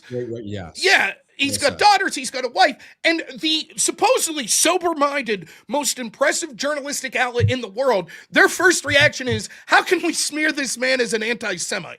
Like, to basically wink, wink, nudge, nudge, he had it coming, right? And that's what I'm saying. And so when I'm dealing with that level of narrative control on the left... What's that? Did you see that more? The anti-Semitic attacks? I thought it was more they tried to make Kirk out to be like this alt-right white nationalist. I didn't see. Well, yes, I knew Kirk was the right, the Candace Owens level grifters and the rest of them. They tried making it about Israel. I thought the left was more so making about he was more so anti-Semitic, or I'm sorry, what you were saying. What I saw is white alt-right. Thank you, more alt-right-ish. So the anti-Semitic quote would have fell into that trope, right? Okay, he said, which is hilarious because the alt-right's criticism of Charlie Kirk is he was too friendly with Israel, right? So it's like, no, it's all games, dude. It's smoke and mirrors. Nobody's serious anymore. You can't have a good faith discussion anymore because then it's like, oh, Charlie Kirk like hated Israel. It's like Charlie Kirk loved Israel. It's like, oh, he's about to turn on him. It's like, all right, whatever. So then I find myself in this position where it's like, on one hand, I have to stick to my principles. And I come on my show. The only thing that makes me worth watching as far as I'm concerned is that it's me. This is authentically how I feel. And so I'll come on and I'll say, I don't like what Trump did tonight. Or I don't like what whoever, Hegseth or JD Vance, whoever, I don't care. It's just whatever I'm feeling that day. That's what I say as best as I can within the confines of terms of service of the platforms I'm on. That's basically it. But on the other hand, it's like at some point we have to be like, listen, if we play this game, if you just take game theory and our side continually is like, yes, we'll hyper criticize even little nitpicky things on our side endlessly. Constantly on the offensive, Rob. The left is constantly on the offensive and the right is always on the defensive. We are not proactive. We are horrible at this. You've just explained this enough. I agree. So it's a fine line. And so one of the things I've done, and I was like, I don't know if you would agree with this or disagree with this. As we get closer to elections, I sort of go into campaign mode, and I'm like, listen, I'm going to push I actually work with Republicans here in Pennsylvania, help write speeches, go to events, and some of it becomes, 4 months outside the election, they're doing dumb shit. But I ain't really talking about it. It's not because I'm getting paid. It's because I'm like, shit, man, I got to pinch my nose and vote for one of these people now. So I'm going to push forth the best honest case that I can for the person that I'm defending. But it's so shitty because we have these two extremes. On one hand, it's like, yeah, it is ridiculous that the left's always on the offense and they're going to control the narrative because people like me and you are going to be like, yes, you're right. Sometimes people on the left, here is something to criticize Trump for. Here is something to criticize. And they're never going to do that with their own side. But on the other hand, we have people that are just like, Trump could do no wrong. We have to celebrate him no matter what. And you could never. So it's this weird balancing act where it's like, you're trying to play like, yeah, I am critical of Trump because I'm sticking to my principles. But at the same time, I want to keep it in perspective and say the alternative is what I see from the institutional left is so egregious. I mean, let's be clear. I don't think this is hyperbole to say whatsoever. Based on the demographics of who I am, conservative Christian white man that's straight, they hate me. They want me to be eliminated from all institutions. They don't want me to have a voice. They don't want me to be involved in politics. They don't want me to be involved in culture. Pay for it, though, Rob. They definitely love your money.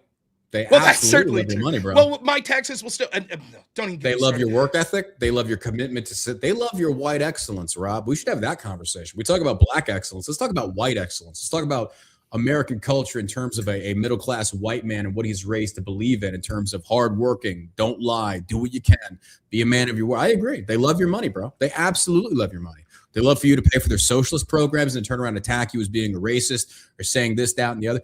I agree.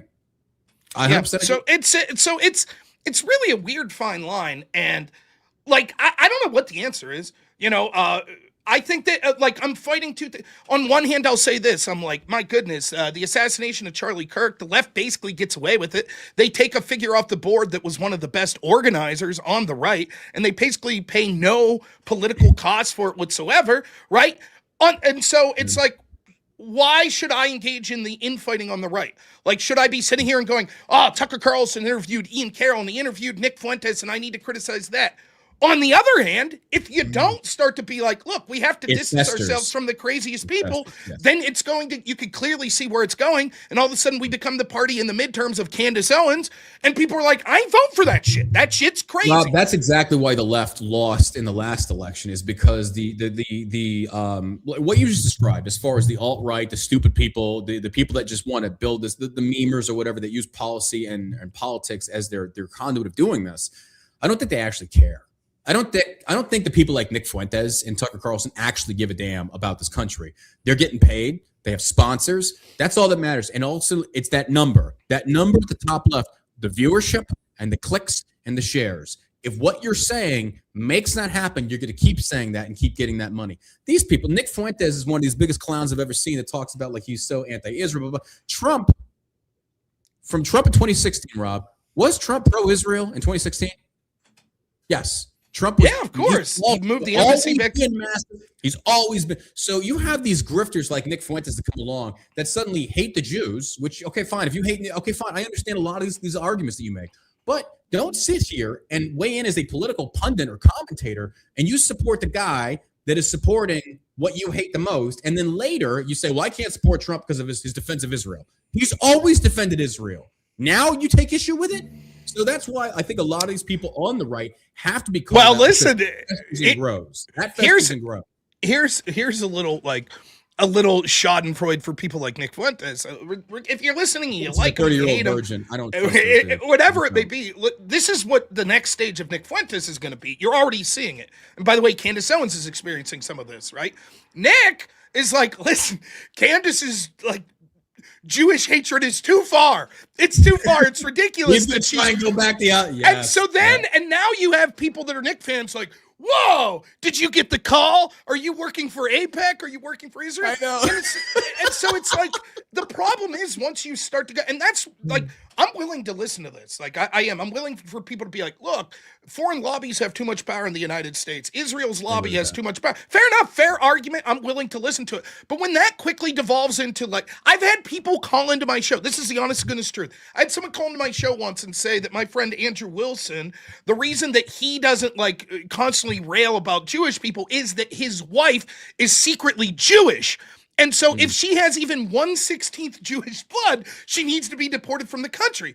And it's like, you're just like, the insanity, the insanity of these positions. It's just like, Once you start to go down that rabbit hole, right, you always have to be on the cusp of being more and more insane, or your own audience that you've built are going to be like, whoa, wait a minute. And Alex Jones found this out the hard way, right? I like Alex, but he found out that it's like, once everything's a conspiracy, when you step in and you go, well, no, wait a minute, maybe not this. This maybe one's not. It's like, whoa, are you on the take?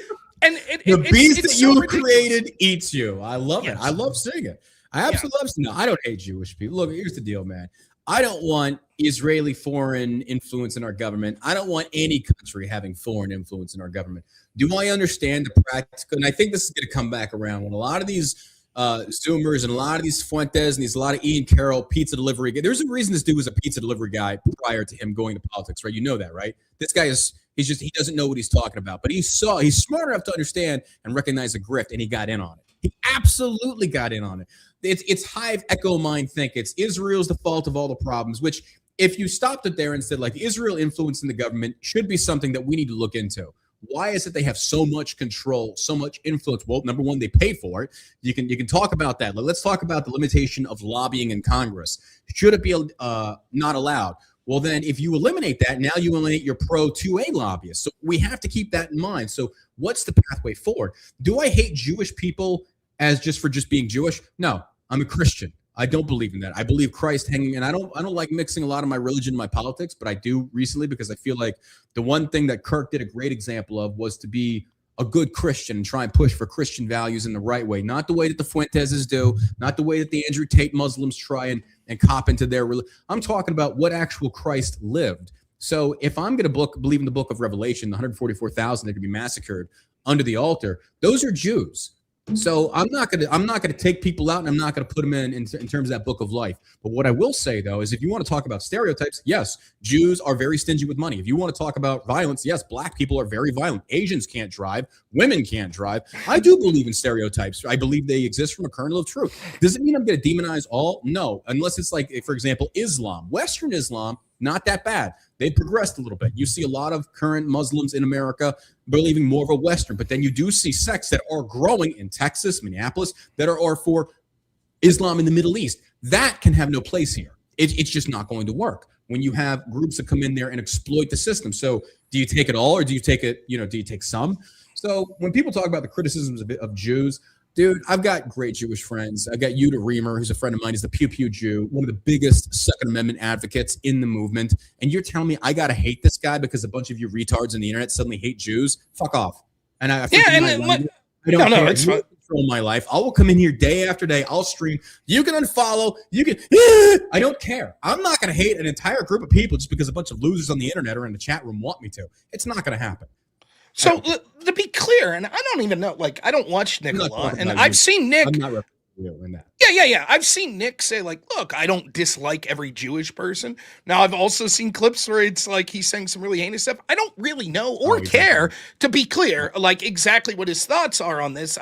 But the point I'm trying to make is, what happens is it gets down a road to where people that are listening to him are pushing it further and further and further. And there are people that are pushing it. Then they try and put the brakes on the train. It's like, no, dude. Right. Bro, classic example, Charlie Kirk, Candace Owens, and Kanye. Remember when Kanye showed interest, and what did? They latched on to Kanye. We got us a token black leftist head of the media. And what happened? Blew up in their faces. I warned them. I was like, you're going to strap yourself to that rocket, and that means you're going to blow up with him. And Candace, at the very end, what has she done? She's had to distance herself because Kanye went full-on insane retard. Yeah, I mean, and so it's just really, I understand the utility of, like, having to police our own. By the way, you could say from the opposite perspective, if you're listening and you like sort of the more populist message, or you like some of the things that Nick Fuentes is saying, wouldn't you say this about, like, the Mitt Romneys of the world, or the neocons and the Lindsey Grahams? Yeah. We need to police our own there. Of course. The difficult part becomes, like, the fractured nature of this. How much time do you spend policing your own versus, but look at what we're up against. Look, I agree. But then it's like, look at what we're up against. And as if we're spending too much focus on policing our own, does it lead to a, like, well, then the left wins? Let me give you an example. I am deeply friends with a lot of people that are heavily Christian, even to the point of they would probably call themselves Christian nationalists. One of the people I worked with here in Pennsylvania was Scott Pressler. So Scott Pressler. Okay, gay guy, but he's out there hitting the pavement, trying to bring up voters on the right wing. A lot of these Christian people were like, no, you can't work with him. He's gay. And so it comes to this like fundamental thing. It's like, on one hand, you need to have a coalition. You got your legalists. You do have your legalists. It's like, look, here's the thing, man. We're pilgrims in a foreign land. I don't buy into this whole thing of Christianity condoning homosexual. No, it's clearly against the scriptures. It's in multiple religions that go against homosexuality, it's a thing. But in contemporary times, they're trying to pervert and bastardize the word to make it fit what their personal wants are versus the wants of God, the creator. So I don't agree with that. But what did Christ also preach? And this is where the Nick Fuentes is, and this is where the rest of them get it wrong. What did they say? He said, suffer the children to come unto me. Lest you offend the smallest of mine, you offend me. Like if you offend the child of God, you offend God. That's my child. But what did Christ, again, we go back to the examples of Christ. What did he say to do? Forgive them. Pray for your enemies. Be there for them. Am I going to turn my back on someone that's gay? No, my brother's gay. I don't agree with it. I love him. I would let them stay in my house. I wouldn't go to a gay wedding. I'm not going to condone that. I'm probably not going to send you a gift, but that's about it. I'm not going to go after you and attack your way. Like you do what you want to do. But in terms of like working with Scott Presler, bro, as a Christian, I wouldn't see a thing against that. Jesus said that render unto Caesar what is Caesar's. We are pilgrims in a foreign land. If you want to sit there and be a purist, you go. Being a purist tells me that you don't have and it's fine for some groups, but if you're a purist and you don't have the ability of discernment to see when it's too far, then maybe you should be a legalist. But I don't see anything wrong with working with a homosexual man to get a certain thing passed for the betterment of your community or your government. I don't see that as being wrong. I see condoning it and pretending like it's a good thing and acceptable. If you're a Christian, then yeah, I do see issue with that as a Christian. Yeah, so it's the point I'm trying to make is like there is a fundamental like sort of paradox where it's like in order to win, you have to branch out. But if you branch out too much, do you lose the core of what the party really was in the first place? And so very well said. So it becomes, and the same is true when it comes to sort of us here. How much time do I spend criticizing Nick Fuentes or Tucker Carlson or Lindsey Graham or Dan Bongino? Meanwhile, I see that the left's like, we're invading churches now, right? We're going to say, and I don't know the answer. I try to as best I can follow that line. Yeah. I don't really criticize people that go too far one direction or another. But for me, I'm really trying to be critical and stay to my principles when I think it's worth criticizing the Trump administration. And I'm also trying to understand that I need to be more aggressive as someone with a voice and push back against the worst impulses of the left.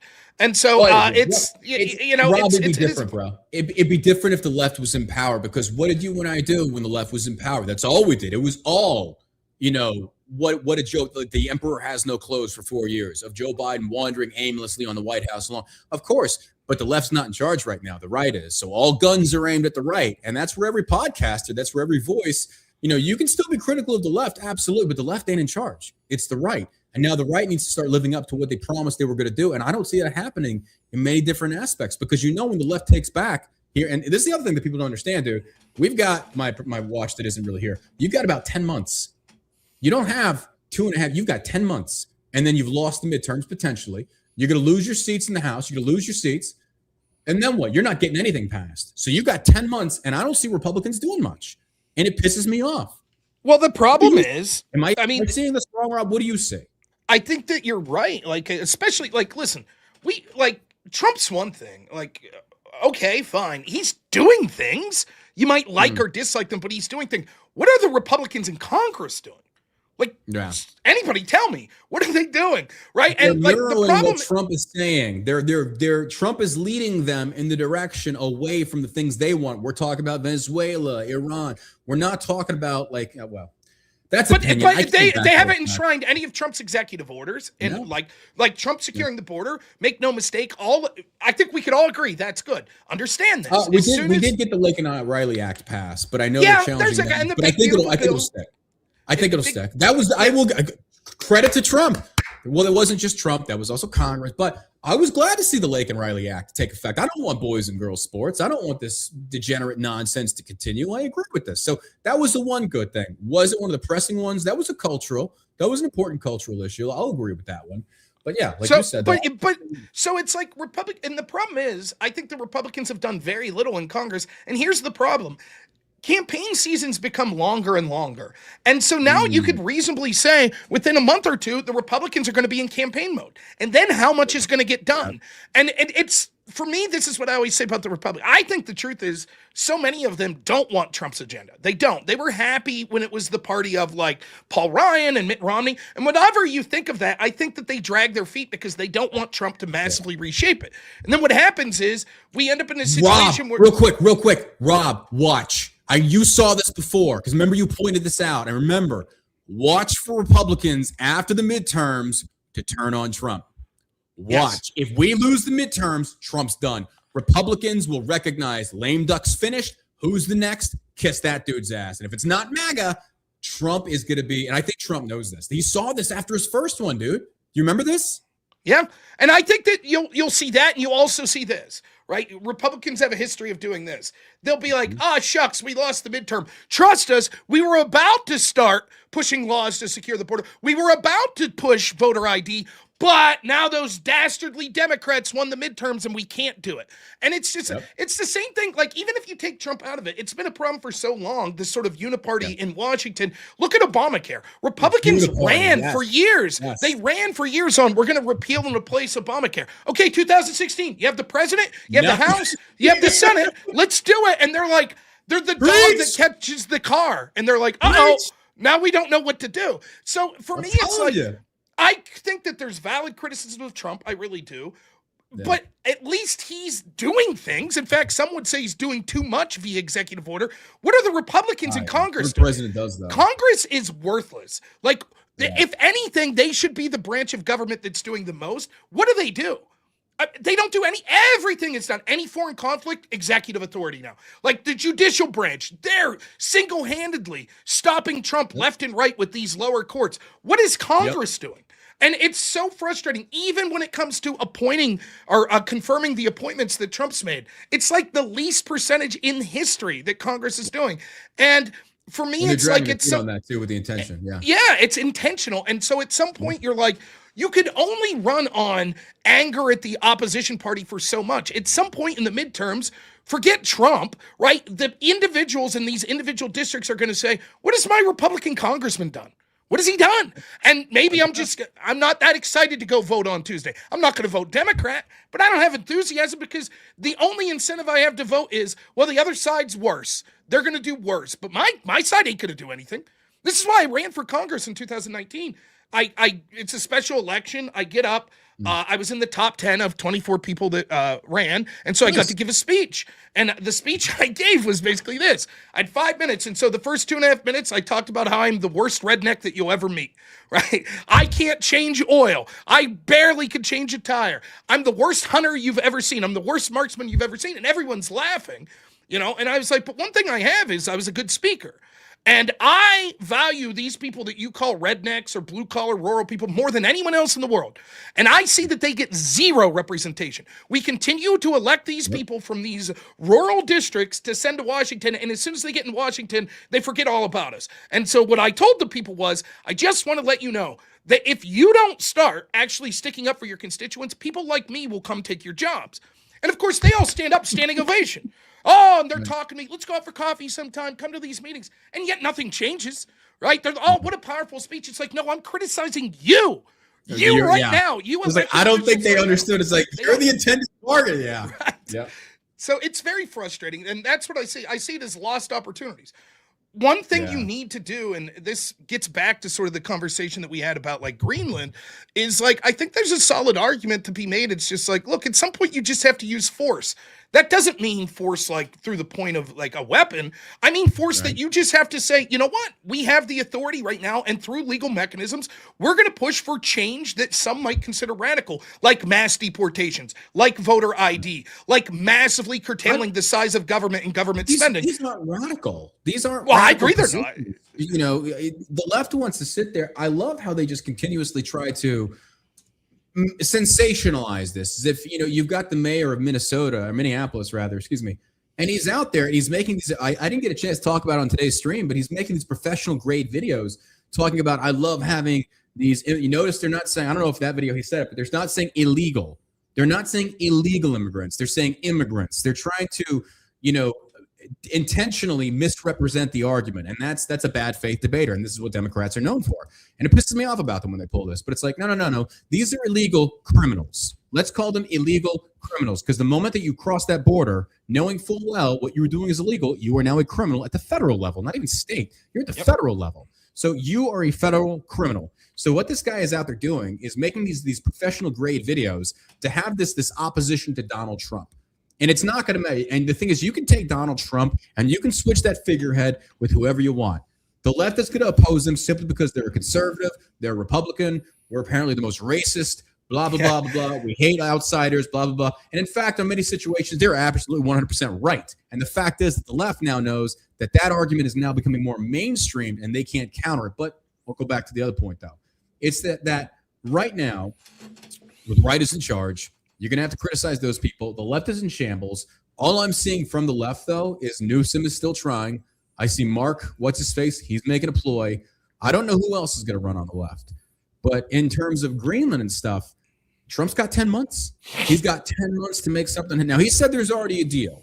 And this is what pisses me off about MAGA people, specifically on Twitter. And I think Twitter is the cesspool of where all low IQ just get. You mean X? Whatever it is. Elon's a schmuck. You guys are a schmuck. But you sit there and, you go look at what it's being said on X and all these other things, and you kind of feel like it's just the dumbest, richest people are running. Newsom, I don't know how this dude's even convincing himself to make a run when California looks like absolute crap. Beautiful state, people absolutely suck ass. Just horrible. You could never pay me enough to live down there. Your inflation, you have urine and crap all over the street. I mean, DeSantis absolutely destroyed this dude with the poop map debates back during the midterms. Yep. So why Newsom's running, I don't know, or he's going to run. Mark Kelly. So what I'm watching for right now is I want to see how the midterms go, and then I want to see who potentially is running in opposition on the left come 28, because we all know Vance is going to be potentially running, depending. We'll see. And Vance worries me, Rob. Like, Danny, if you're a Trump supporter, Vance worries me. And let me explain why. You remember how many times Trump has been likened to Hitler and all these other things, right? Look, I don't like Trump on his policies. Do I think Trump's racist? No. Do I think he's a sexist? No. That dude has banged more women and has hired more women, probably to bang them. That guy is clearly not a misogynist. Do I think he's a xenophobe? No, not to that extent. I think he loves immigrants. He hires them because they make great workers. There are things I understand from a business perspective. But anything that would accuse Trump of being Hitler, a fascist, or just say Hitler per se, I can't really trust you now because you're you're sensationalizing something that doesn't need to be sensationalized. J.D. Vance called Trump Hitler back in 2018. It wasn't that long ago. Vance referred to Trump as Hitler, blah, blah. And then suddenly Vance is now 100% in line. I don't trust J.D. Vance. So J.D. Vance is going to be a byproduct of MAGA come 2028. And I think MAGA, if you vote for J.D. Vance, you're going to find that you voted for a socialist. I think J.D. Vance is a closeted socialist. I don't think that. I think, now listen, there's valid criticism to be say that he's definitely jumped ship. And his explanation's pretty thin. It's like, well, I just believe the mainstream media. Okay, even if we accept that, then Rob, I don't think J.D. Vance is who he portrays himself to be towards MAGA. That's what I'm saying. Sure. I don't think the dude is honest. I don't think he agrees with Trump policies, but I also think he's not going to disagree. Vance is a good foot soldier. I'll give him that. But I would say, if you think Vance is going to run in 2028 as a MAGA candidate, and he says he is, he's not MAGA. He's not a populist. I think that there's room to criticize him for sort of his waffling on whether or not Trump's bad or not. But to the idea of, have you read Hillbilly Elegy? Like, no. Vance? I think Vance is probably more of a populist than Trump. Now, the problems with Vance come into the things you said there, plus Palantir, because Vance is truly someone that's like... Give me examples of that, because I'm curious, though. Earlier you said that you're kind of a populist. Give me some examples then of how you think that Vance is more of a populist than Trump, because I'm curious on that. Sure. So I think that Vance comes from this like rural background, and he sees the hollowing out of sort of the manufacturing in the United States. So one particular issue I could give you, Vance gave this speech in like 2022 where he basically says, what has the United States middle class got for the United States being the fiat currency of the world, backing the dollar? Basically, we don't export goods anymore. We export dollars.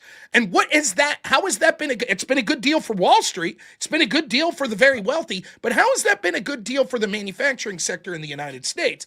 And a lot of what I'm reading is that I'm curious Vance, about that, like a lot of the tariff. Oh, go ahead. How? No, wait. We sell a lot of food to China. Now, clearly, yes, we do export a lot of manufacturing. Clear, I'm not, but it's like, but we also have other strengths in other areas. So while the dollar is kind of like the export currency relied upon by the globe for the most part, and there's talk pulling off of that, but we still have strength in other areas, though. So, well, of course. What Yeah. Vance is saying, though, so like, Okay. let's look at the picture in whole. Is the United States declining as the gap between us and the rest of the world? Yes, Vance sees that, right? And are there certain things that, as that gap gets closing, that are going to be hugely problematic? For example, let's say Okay. 30 years from now, nothing changes. It's just status quo. What happens when the world says, you know what? We're no longer going to buy the U.S. debt. We're not going to do it anymore. Okay, Right. then how's manufacturing look like in the United States? And you see this with Okay, Trump. I see what you're saying. Okay, got you. So, Because for you were example- going where I was going to question, like, but you don't want to be the fear, because if people, you don't want to be the currency people, because if you do, and they basically they hamstring you, you've got no manufacturing. You're at there. But I could also understand then why Trump would be going after Venezuela. I could understand then why Trump should probably be doing its best to help Iran, because if we've got the stranglehold on energy. Because here's the other thing, Rob, we got to remember this. And I don't disagree with anything you said. I actually agree with that. That actually makes good sense. But who was in Afghanistan the moment that we pulled out? China. Yeah, China's working deals with Afghanistan. So it's going to be interesting. And I'm only bringing that up, though, because if we secure Venezuelan interests, energy interests, we secure potentially Iran. I don't know. That's a big F. But China's got Afghanistan now.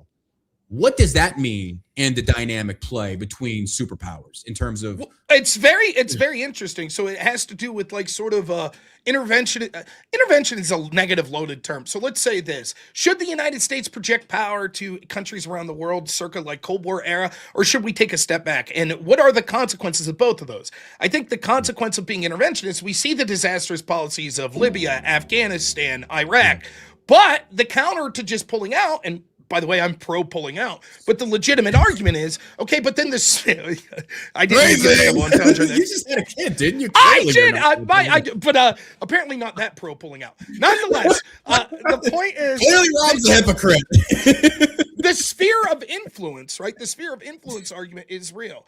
I think that Vance and his team are largely responsible for sort of what I consider populist messaging of Trump. Trump gave this speech at, where's it? I forget how to pronounce this, Riyadh or whatever, a couple months ago. And to me, it went under the radar, and it was one of the most important political speeches probably in my lifetime, where he talked about reimagining what the United States' place in the world would be. And basically he said this: we're no longer interested in morally judging you for what you do to your own people. We don't give a shit that China abuses Uyghur Muslims. We just don't care. What we're interested in is business relationships that prioritize our people, and we assume that that's what the rest of the world is going to do, business relationships that prioritize their people. And so Trump's basically making this push that we're no longer going to be these interventionists. Instead, we are going to make lucrative trade deals with everyone. We'll make a trade deal with Russia. We'll make one with China. We'll make one with the European Union. Okay, I get it. But now what is your opinion on that? Because I think that brings about a very philosophical discussion, because instantly my mind gets taken to Iran. My mind gets taken to the innocent slaughtering of Christians, Persian, Arab from an Islamic regime. And America, if we're America first and we want to pursue some kind of thing with Iran to have American interests at the crux, that's businessmen. And I don't disagree with that. But then there comes into play this morality clause, I guess. And where do you stand on this? If we see Iranian civilians getting murdered, like 16,000 they're predicting right now. My wife's father, he's an Iranian. He's a first generation immigrant, and he hates Islam, not an Islamic fan. He hates the regime of Iran. He wants a free Persia. And I've learned a lot about the Iranian culture, the Persian culture from them.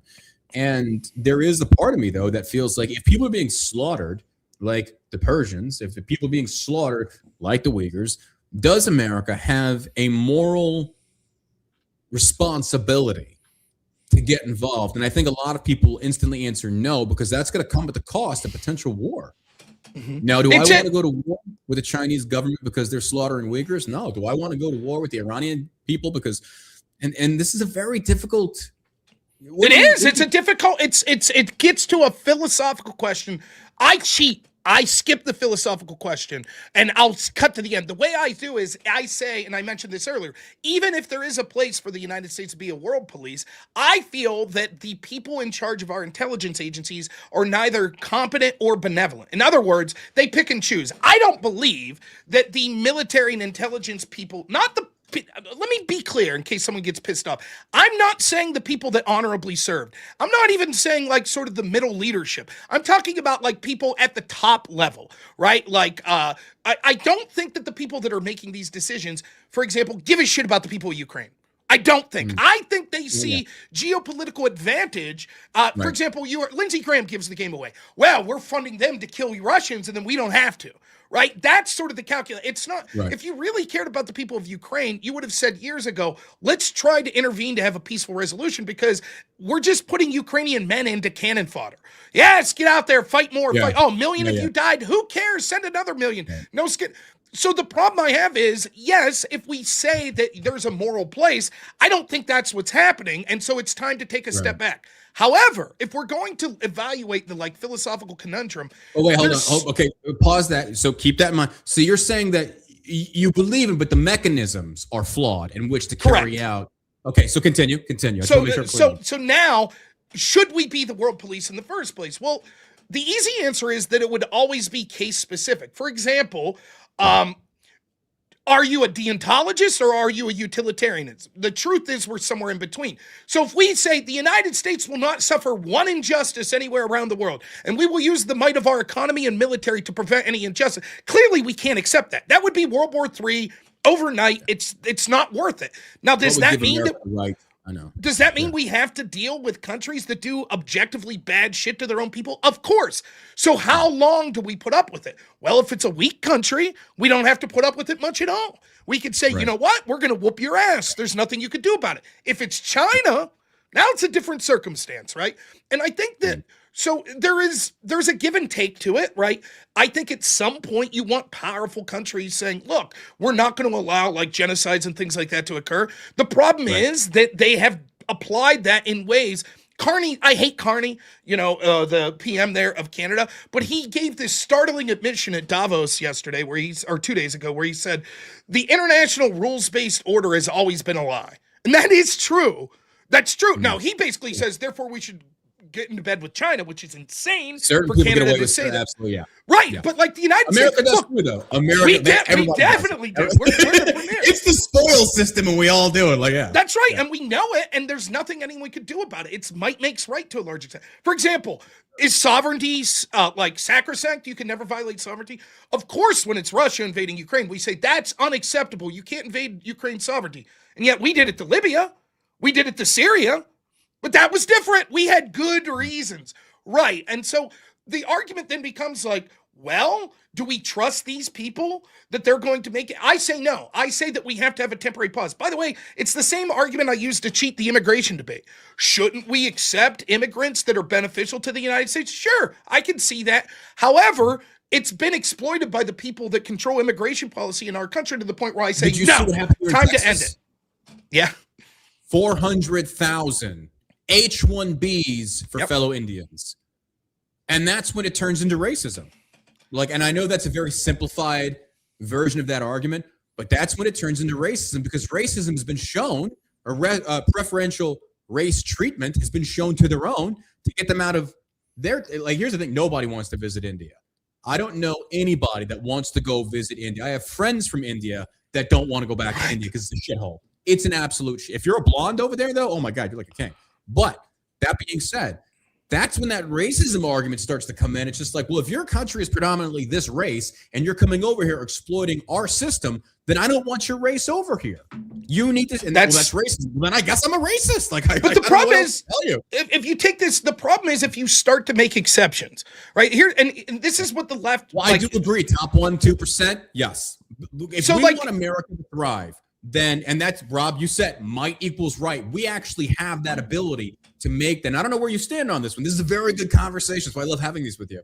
So I agree with the top 1-2% of immigration in terms of tech and stuff. Bring them in. Bring them in. But you have to, like, you're here. That's it. You sign contract, whatever. It's like you work for America, blah, blah, blah, blah. I don't see an issue with that. I don't either in theory. But here's the problem. I thought the way you said it is like, I'd love to hear your version. To make exceptions, right? Like right. let's take it to a different. Let's say me and you, we're not callous people, and let's say that there's a woman who's an illegal immigrant that's been here for 35 years, and she works very hard and hasn't. She hasn't committed any. And we might both say, you know what? For this lady, honestly, she seems decent enough. We wouldn't deport her. The problem is, this is what happens. The left will then be like, good, and her husband, and you're like, okay, he can stay, and her parents, okay, I guess they can stay, and her cousins, okay, I guess. And what about these million people? You already. There's this old SNL skit I love. It's called The Early Boy. It stars Chris Farley and Adam Sandler. And Adam Sandler is playing like a house sitting kid. He's doing a commercial. And he's like, let me bring in your mail when you're not at home. And then Chris Farley's his dad. And he starts off calm like, let the boy bring in the mail. And then the next one, he's like, let me stay in your house. You're already letting me bring in the mail. Oh, that's and right. Then Chris, and then by the end of it, he's like, let me move in with you. You already let me into your house. That's sort of the argument. It's like, I forgot all about that. Yeah. We make these exceptions. We're like, well, this person can stay. And they're like, great. And here's 15 million. It's the same when it comes to interventionism in other countries, right? They'll be like, well, can't you agree that the slaughter of Christians in Nigeria is terrible? Yeah, sure. Okay, then we should send in the military. Yes. Now, how about Yemen? Okay, I guess that's bad too. Now, how about Libya? Okay, I guess that bad too. Now, how about Colombia? Okay, I guess that bad too. Now, how about Saudi Arabia? Okay, I guess that. And then all of a sudden, it's like, what? We're going to intervene in 100 countries around the world where there are credible accusations of human rights abuses. So at some point, it's just like you have to say, like, I don't know what to do. If I trusted there were good faith people that were actually like, yes, we are concerned about these people, and so we're parsing out which situations we should intervene. But I don't think that's the case. That's the same principle as for the American interest. Well, then now we're going to Venezuela. Now we're going to Iran. It's kind of like, you see where that. So then you have to have that hard position of like, no. We can't, because if we don't, what's the opposite? And there's never a solid line. Like you said, now it's the husband, now it's the kids, now it's 100%. So if we're going to get involved in moral injustices around the world, well, then we're always going to be at war. If we're going to do the best things that are the greatest thing for American interests abroad, that means we're always going to be in a state of invasion. And also, like you said before, though, the mechanism by which we apply these things is broken, severely broken. And it's like, well, are we just going to continue doing the whole, see or no evil and just say, like, maybe we'll get it right on this one? Dude, how many Americans have to die before we realize maybe we shouldn't get involved? Or at least, I think the level of involvement should be better calculated. I think if you're going to go in there and you're going to get Maduro, let's just bring it back to Venezuela. You're going to go in there and you're going to get Maduro. Then the goal is what? Access to the resources, right? Exxon's already off the table. They said, we're not doing it. Trump even said, now Trump's in the thing of picking winners and losers. And I thought we as a government, we as a collective body, don't want the government doing that, regardless of which kind of company, right? So, but Exxon's basically saying, number one, we have a potential coup over here. We don't know what's going on with the infrastructure. You're telling us to sink how many trillions of dollars into the infrastructure of Venezuela when they just nationalized it back in the 90s and took it from us and other companies are what we saw, right? So I don't blame Exxon. That's a lot of money. And Trump can't make guarantees because Trump doesn't know. So now Trump has taken out Maduro to get access, but now oil companies are saying, yeah, we might not go. Do you see how this kind of compounds to where it's the American interest, but there was no plan going forward? Yeah, and it's so now we get back to that sort of Trump speech. And it's like what I want is, and by the way, brief side note, the other thing I'll say is I feel that one of the criticisms I have the most with Trump overarchingly is he is someone that was like run on the no new wars president, this, that, and the other, make America great. And it seemed, I'm not saying that he literally said this, but I think it's fair to say the implication was Trump's going to be focused primarily on domestic issues. And I think the last 4 months here, Trump has been hyper-focused on foreign policy, even if you agree with those foreign policy decisions. And so it exacerbates when you're like, well, what's being done back home? Well, these Somalians are engaged in all this fraud, and we still haven't got voter ID. And prices are still up. And now Trump's at least saying he's going to try to do things. And I'll give Trump some credit here. It's hard for him to do it on his own when Republicans in Congress are basically doing nothing. I get that. But overarchingly, it sort of gives this impression of this was supposed to be a domestic policy president. We glossed over something real quick. We talk about Trump's doing nothing. Republicans won. Trump is the one that's outsourcing $60 billion over to Argentina for their beef. Our local farmers are hurting right now. Trump did this back in 2016. He did a tariff war with China and undercut our soybean market by 50%. A lot of farmers went under because of Trump. And then Trump had to create that three-letter agency, another expansion of federal government in terms of trying to bail a lot of these farmers out. So he's also going back in the habit of socialism, picking winners and losers. The government interventionism created this. That's the problem there. I don't disagree. I agree with your point, but it just continuously seems to be that Trump initiated another tariff war with China. Farmers are hurting. Same system in place. We're sending money to Argentina. So while you say Trump's got a lot going on, Republicans are doing nothing, I feel like Republicans are scrambling because it doesn't seem like there's any kind of real path to go. That could be. But listen, so there's an interesting conversation. There's an interesting conversation to be had around tariffs, right? Like a lot of the worst expectations ended up not being true, and our economic data is actually looking really good. But aside from that, when I say that Republicans are doing, Trump's at least, you might disagree with the tariffs, but he's doing something. What are the Republicans in Congress doing? They're not enshrined. And it's not just the economy. Like, for example, people right now are like, we want voter ID. People right now are like, can someone in Congress stop funding Somalian daycares? Can we get that accomplished? We can't even get that right, man. Can we have a law in Congress passed that enshrines how many barnacles do you think, you want to get blackpilled for a second, how many barnacles like those Somalians do you think are on the bloated underbelly of this federal government? Because that's I feel like, the iceberg. Dude, sometimes I mentioned this in the show the other day. Like a brief side note, Michael Byrd, the person who shot Ashley Babbitt, regardless of what you think of that, it came out that his wife gets millions of dollars for running a daycare. They're all in on it. And I'm like, am I the only person? Like, literally, it's just me working every day and paying taxes, and everyone getting millions of dollars from the federal government? Rob, why did nobody come to us to buy us out? I feel so offended by this. Everybody's making all this damn money, and here we are, hey, I'm about to start a foot finder. No. How many businesses have you started? Your service in the military, you're streaming, you're doing all this stuff. All you have to do is start a daycare and not have any kids. I just needed to start a freaking daycare. Oh my God. That's it. You gotta love it, bro. You gotta so it's like people are frustrated because they look at this and they're like, why does it take Trump doing something? Like Republicans couldn't have seen this for years? And so this gets back to that speech in Riyadh where it's like, I understand that this is why I support this vision. Now it may blow up.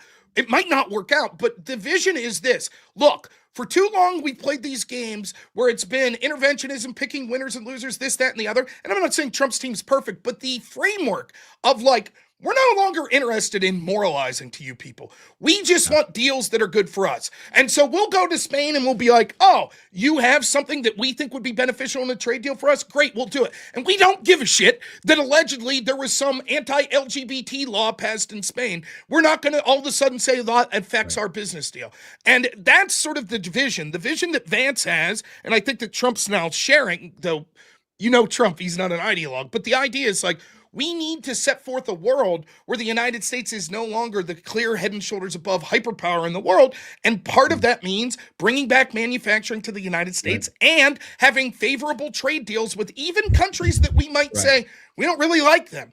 So I support that vision. Now, it could go tits up. It might screw up, but I support the vision, Rob, so then how do we, now I agree with that. Now we get into the hair splitting.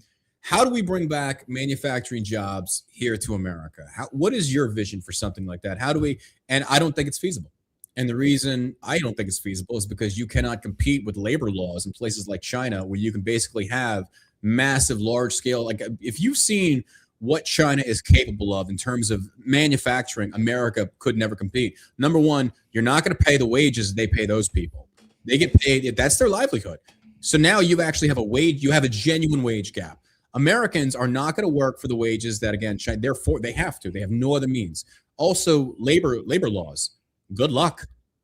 Unions once served a point. Unions did serve a lot to better benefit American workers, the American working class. Unions did do a lot in there. But also, just like any government bureaucratic system, it's going to become exploited, fattened off the fruits of blah, blah, blah. But for this, though, to compete with China in manufacturing, it's damn near. We've already lost that war. So with that competitive market, Now, there are things that we can do, and I don't know the specifics on U.S. steel and stuff, but man, just in manufacturing alone, good grief. It's like we can't compete with that unless you just suddenly erase labor laws and then you enforce a minimum wage, which is lower.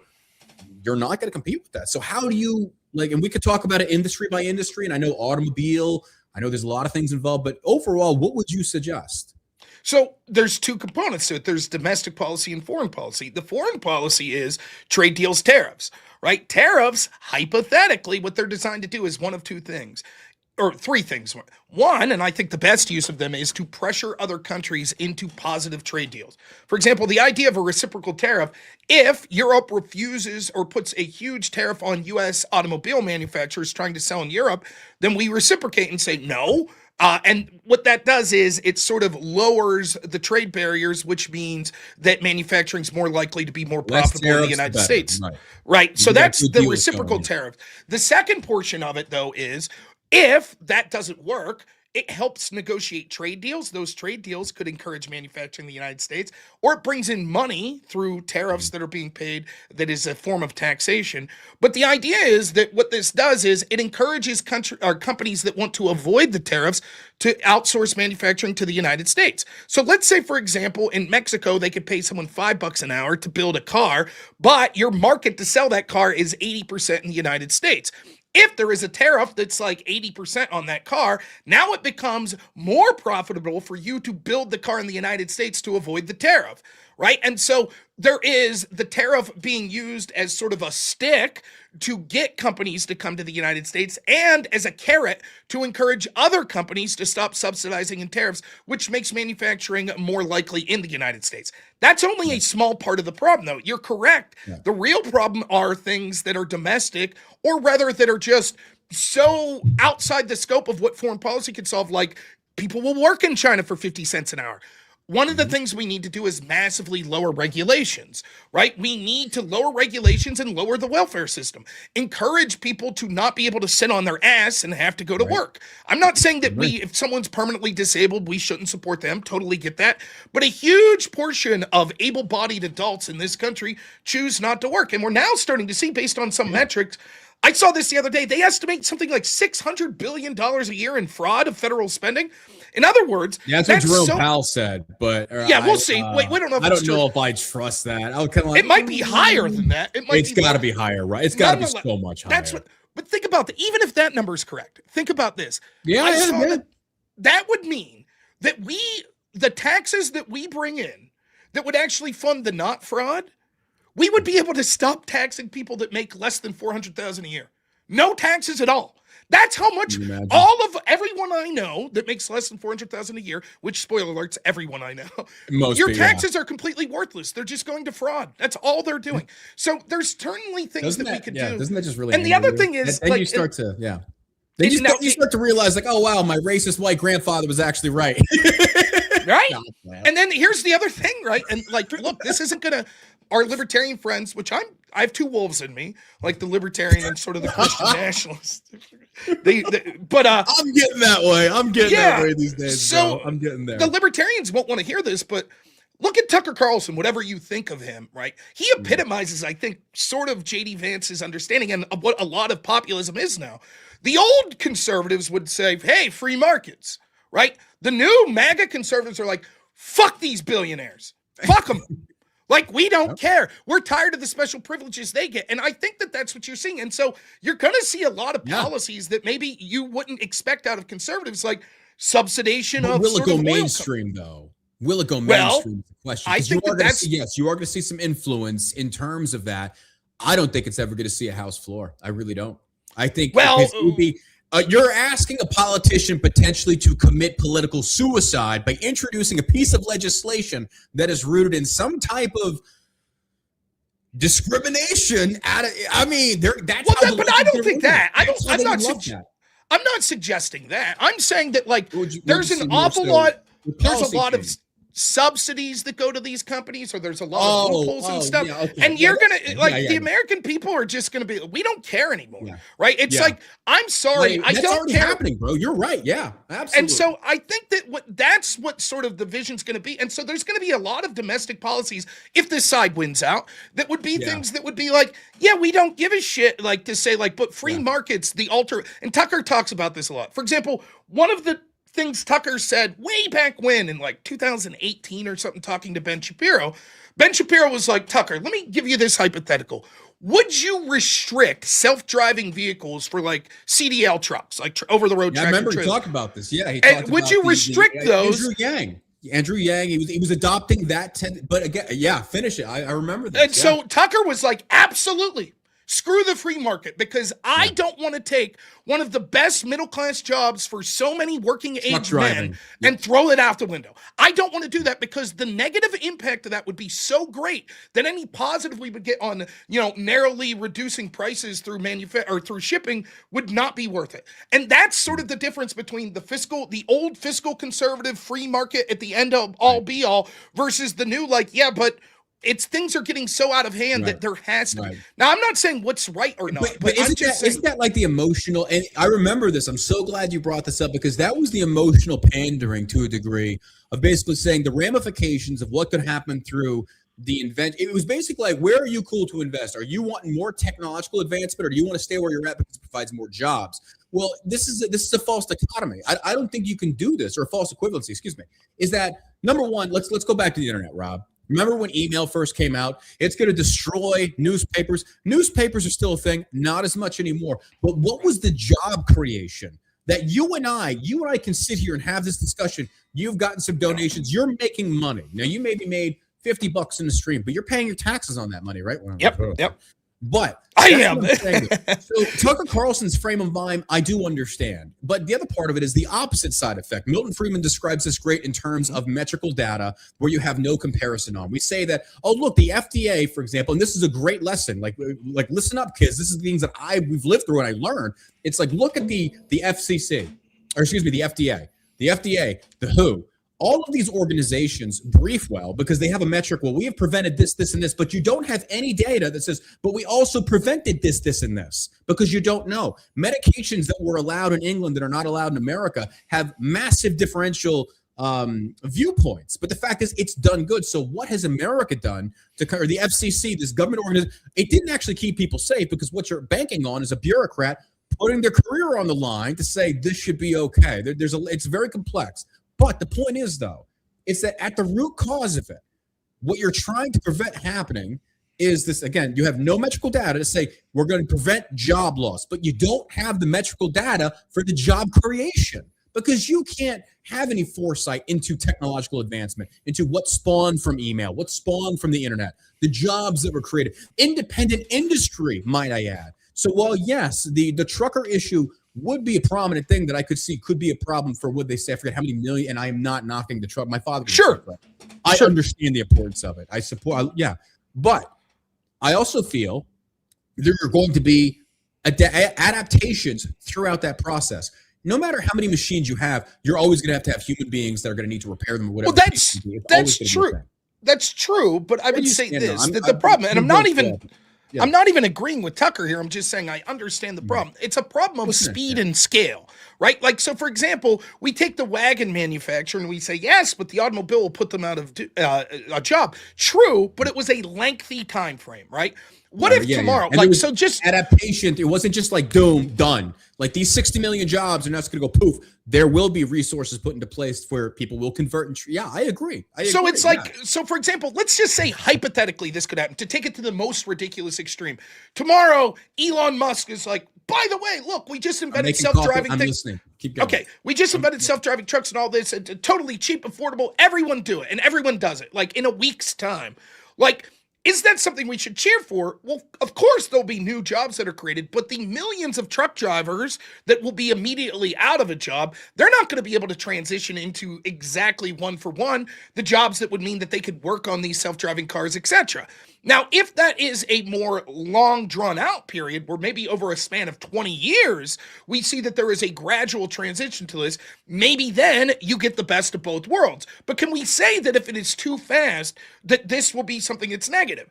This is also true of free trade and immigration, all of this. Let's take free trade, for example. Like, I support the idea of free trade. So think about how this works. We all specialize, each country specializes in certain things that their people are working towards, that the goods and services that they provide, etc. And so it makes sense for a country like the United States to specialize in certain things, and a country like the United Kingdom to specialize in certain things, etc. However, when we were looking at the principles of free trade, the world was a much bigger place. You had to travel weeks at a time to cross oceans. Now it's almost instantaneous for the sake of argument. Like within a day, you can travel anywhere around the world. So what happens then in a world of free trade where China could just be like, well, we'll be authoritarian to our people. We won't have any regulations for safety whatsoever. And we could outcompete you on anything that we choose, even with shipping costs added, because our people just work for pennies on the dollar. And so then what do companies around the world to do to compete? Formerly, even if China was doing that, it would take them a lot of money for transportation, shipping, etc., because of the vast distances. Now, not so much. And so the question becomes, do we reevaluate what we used to think about free trade, given that the world has changed so significantly with advances in technology? The same is true of immigration. Of course, there was a time in this country where we wanted immigrants, and there were even immigrants that came from varied countries, though I would push back on that our founding fathers wanted people like Muslims, etc. Nonetheless, neither here nor there. The problem is, it used to take a long period of time, generations, decades, to have large groups of people from other cultures that would immigrate into the United States. Now, we're talking about taking 10 million illegals in the span of 4 years. So what's that do? Formerly, if you trickled those people in at maybe 10 to 20,000 a year, you could see slow sort of, people immersing themselves in our culture and assimilating. But if you just mass import these people because technology has shrank the size of the world, is that sort of immigration still good? Now, these are difficult questions. I don't know the answer to them. And it gets to, you mentioned Andrew Yang, like the question of UBI. If we have automation that basically means that a lot of blue collar workers are out of work, what do we do? Do we just tell those workers, learn to code? Do we say, well, you got to jump in with the new, way things are? Formerly, that was possibly an option because if you were 40 and you worked on wagons and automobiles kept coming in, you were still able to keep your job into your 60s and 70s. And the younger generation was able to see the writing on the wall and start to learn the new technology. But if you could massively shift these things in the span of a few years because of accelerating technology, there's no chance for that 45-year-old truck driver to learn another skill that will remotely pay. So then what do? Do we subsidize them? Do we give them universal basic income? Do we have the government say, no, you can't adapt this technology that fast? You need to slow roll it like Tucker says? I don't know. I don't know what the answer is, but I do know that it's worth reevaluating the traditional principles that we saw. Milton Friedman, someone I heavily respect as well. He, when it came to like our borders, was absolutely for tantamount to open borders. Obviously, he would be against criminals, etc. He just said that we only could do that if we eliminate the welfare system completely. And so the United States shouldn't be about, well, you were born here, you're a citizen. It should be, are you here? Are you working? Great, you can stay. You're not? See ya. No welfare. And so, I don't know. I know that we have the worst of both options here, though. We have the massive welfare system and tantamount to open borders, at least under the previous administration. And so we end up seeing that there are these problems, that the middle class has rapidly been hollowed out in the United States, and there needs to be radical change. Vance and company talk about things like this. Imagine if our greatest geopolitical adversary is China. Think of the things that we currently rely on China for. Basic pharmaceuticals like penicillin, ammunition. If we ever go to war with China, we're going to be like, by the way, Can you send us some more ammo before we go to this conflict with you? All sorts of things in our basic manufacturing.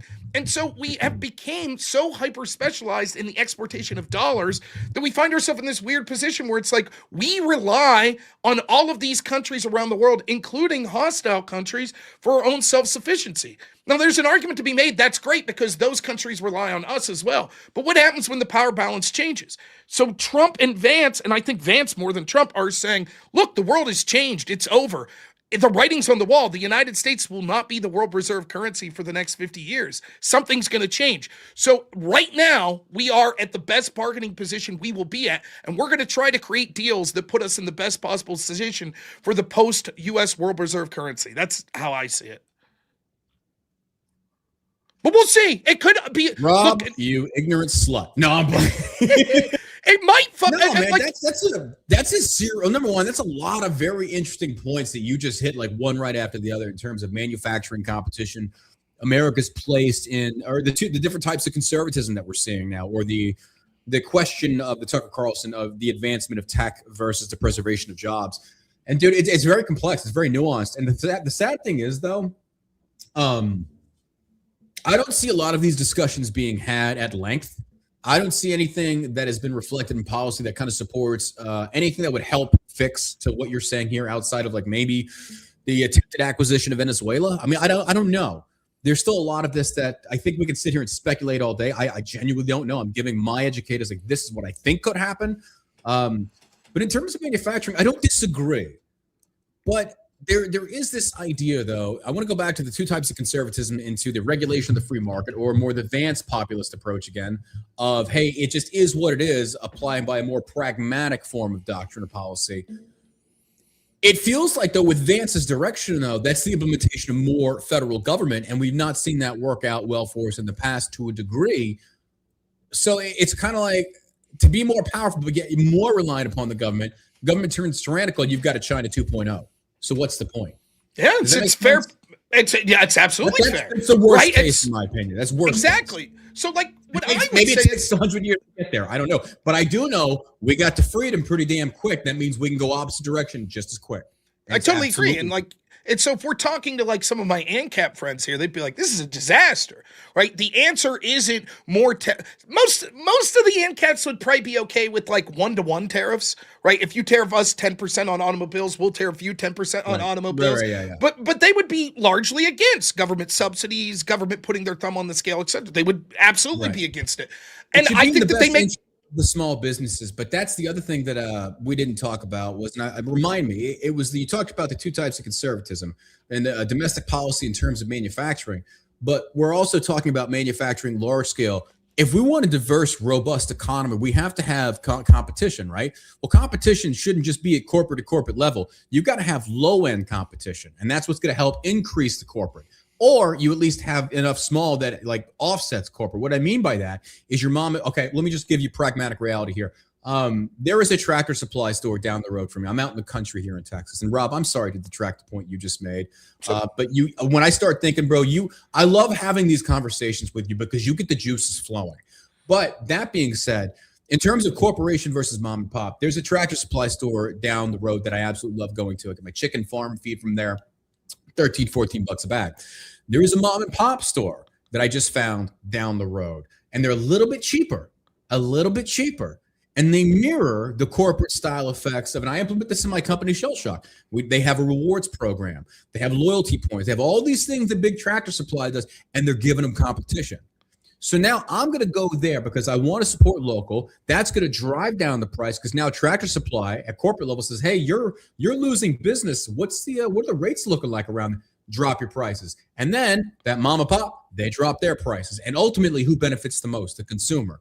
So when we talk about manufacturing jobs in America and things like that, what concerns me is manufacturing. We're talking at corporate level. What are we doing to incentivize small business growth? Because right now, and that's what people don't realize, under this economy, since January 1st of when Trump was elected, Chapter 11 bankruptcies have gone up by to 11%. Small businesses have been taking a beating because a lot of these tariffs. Where is the internal growth of supporting mom and pop businesses?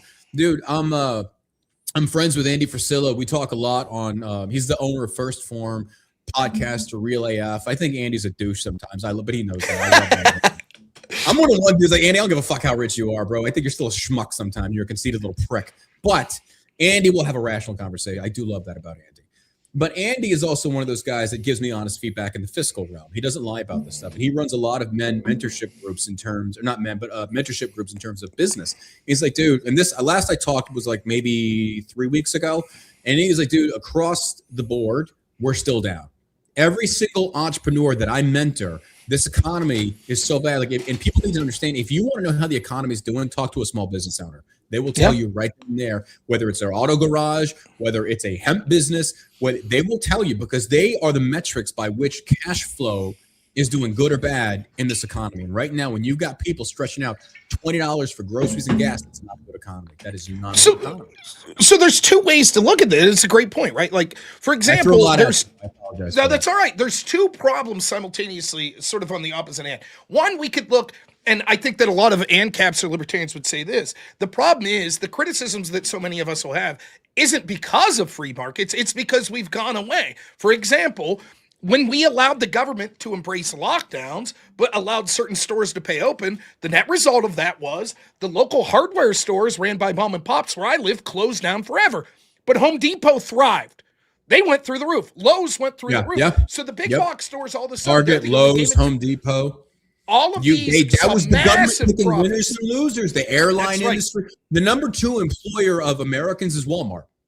Walmart record profits. Because it was a huge boom for them. Huge boom. That was on Trump. I'm sorry. That was on Trump. Certainly, both of them. Certainly that occurred. Republicans there. Yes. So that's one part of the equation. The other part of the equation is, so we are like, okay, let's stop letting the government pick winners that are the big guys. Okay. But then the question becomes, I understand why they favor the big guys. They employ more people. But at the same time, you need the opposition that employs less to give them a competitive job market. And if you're a competitive market, if you don't, they're going to get a monopoly. It's just kind of like. So then the opposite then becomes, but do we subsidize small businesses? Do we subsidize? And let me give you an example of how this is playing out. It's not quite this, but you can see exactly how it's leading to that. Trump comes out the other day and it's like, I'm going to pass an executive order that basically says the investment firms can't buy single family homes anymore. Now that's massively against free market principles. 10% credit card cap, by the way. You see credit card cap, right? Now listen. 80% of Americans, JP Morgan already said, we won't give credit to about 80%. It's like, but then, Rob, that's not a bad thing. Right? So now you don't need credit cards. Well, I'm sorry, you don't need a credit card to buy a house. But at the same time, though, this economy, dude, we've had record credit card debt because people can't afford groceries. So now what are they supposed to do? You got them addicted to a system that ultimately the government can control. And that bothers me. So then the question becomes like, so take the credit card, just take the home thing. Let's look at that for a second. It's like, okay, that's certainly against free market principles, right? Yeah. But do we as a government, as a collectivization and the forcing power of the people and the citizens, do we have the right to say, listen, we're going to restrict foreigners from mass buying property. We're going to restrict corporations like BlackRock. And most people would say, yeah, we like that. It's getting to the point where average working class 25-year-olds will never be able to afford a home, ever. They're just not going to be able. In fact, if you look at the numbers, that's a pragmatic thing. That's a pragmatic thing that I think a lot of people are. How old are you? I'm 41. 41 as well. Yeah. Yeah, so I think a lot of people our age, we're not old. We're hitting midlife, right? We're getting to that point now. We're going to like, okay, shit's starting to make sense now. We're starting to get like this revelation of how the world actually works. It's not the pie in the sky crap we were fed as kids. Like, we have to embrace what we see, what is reality. And that being said, based upon what you've just described, though, like, I feel like a lot of people our age are not able to put themselves into the position of Gen Z and Gen Alpha. I don't know who the next generation are. But no, these people can't afford homes. These guys, these are men, even men like maybe like us, like, hey, we like the old school traditionalism. We want capitalism. We want a free market, a robust free market, little federal government. Leave my guns alone. I just want to worship in peace. Whatever that is classified as. I think more and more people are becoming whatever that is right now. They've seen the degeneracy the left has had to offer. You even look at social media. you see traditionalism is taking root again, because now people are saying like, no, return to Christ, return to what we forsook, because look, this world of degeneracy, it's not worth it. It's insane. Look at how just nuts it's become. Let's go back. And so when you see, politics runs downstream of culture, when you see it shifting like this, and now more people are kind of identifying with the younger generation saying, what are the problems here? Because that's the next voter base. You better start listening to their stuff. And when they're saying, we can't afford homes, we're like you, but these rates are so freaking high. You're in your 40s. I bought my first house when I was like 32. So it's like these dudes, they can't. And they want to start families. They want to start chasing that American dream, but they can't. And they're pissed off. And I totally get it. Makes so sense. you find yourself in this position, and this is what the old guard, like fiscal conservatives, need to deal with. And I don't dislike that. I'm a fiscal conservative. I'm someone who favors free markets, don't get me wrong. But at some point, does the pragmatic application of your principles lead to something that's so afoul of what the American dream was that we say, no, we have to rein it in. You can't have a credit card that has a 200% interest rate. You can't allow BlackRock to go up and buy entire towns and then raise rents and raise property prices. I agree. Like, at some point, I get it. It's like, now, I'm not saying that it's the right move. I don't know. As with any time the government acts, there's unintended consequences. But I'm starting to see sort of the worry that it's like, if we just go to this altar of free markets, totally, which is sort of the old Republican mantra, you're going to lose, right? If Democrats start offering a path for young people to buy homes, they're going to crush the Republicans, and you're going to have a difficult time selling to 25-year-olds. Listen, we know that it sucks. That's why Trump suggested that 50-year mortgage at 3%, because even I was like 3%. Well, no, not for a renter, because here's the deal. Like, well, yeah, it would be nothing more, because I already have one rental property. Now I got like a 2.8 rate on that bad boy. Got it for 275. Now it's appraised at like 380 in an up and coming development area, right? But if I got a fit, now I am not. Now look, I am saying a 50-year in comparison to nothing. Like you have nothing, because right now the rates are just there's no point in buying. So, or at least buying to rent. But you give me a 50-year at a 3%, well, that's going to build equity. And that's going to be nothing more than an investment home. I'm going to rent out to people. And then when I decide to retire in 30 years, whatever that is, I'm going to sell off that home. Whatever has been paid down in equity, I'm going to make back. So it's not the best. It's certainly, but it's something that I probably wouldn't turn a blind eye to, because here's the deal. We don't know what the rates are going to do right now, because we were told the rates were coming down. Bro, they are creeping. Like, they are creeping, and this market is ready to blow. Yeah, I mean, I think that the 50-year mortgage I have a lot of complaints with, but like, I don't like it, but I'm saying if I have no other alternative as an investment guy, I'm going to take it. I'm going to take a 50. Yeah, it's stupid. I'll never own that home, but that's not the point. The point is just liquidate that thing when the time comes. Yeah. Yes. So, but I guess that then all paints this weird picture, which is this. Our system right now, if you're extremely wealthy, it benefits you. And if you're poor, it benefits you. But it's the working class that are getting screwed over and over again. And how long can a country, or for that matter, the entire West, sustain that model? How long can we sustain the model that's like the people at the top, they love it, right? They don't give a shit. The George Soroses, the Bill Gates, the Zuckerberg, they don't care. They're going to be fine, right? It's the middle class that's continuing to get hollowed out. And that's what populism's about. Like, and populism's going to win the day. The question is it going to be right-wing or left-wing? Yes. What the policies? I don't know, man. One of the two major. That's a good one. I don't know. That's a good one. One of the two major. Is what I hope versus what I could see pragmatically happening. There's 100% that. Well, I think that what you're going to see is now. Okay, let me rephrase. The message of populism will win the day. Yeah. Whether or not it's actually enforced is a different thing. But it's either going to be left-wing or right-wing. And this is why people like Pam Bondi and people like AOC win elections, and people are looking at people like Bernie Sanders. I vehemently disagree with them and their solutions, but people are struggling. And they're like, business as usual. It's not working. It is not working. And so we need someone who's going to be radically different. That's what Trump represented. That's what Bernie represented. To me, the person that I favored the most that I thought represented that was Ron Paul. But neither here nor there at this point, right? He never had a chance. That's who all pragmatic people should have been like, let's go with that guy. But instead, you get the bartender. I agree.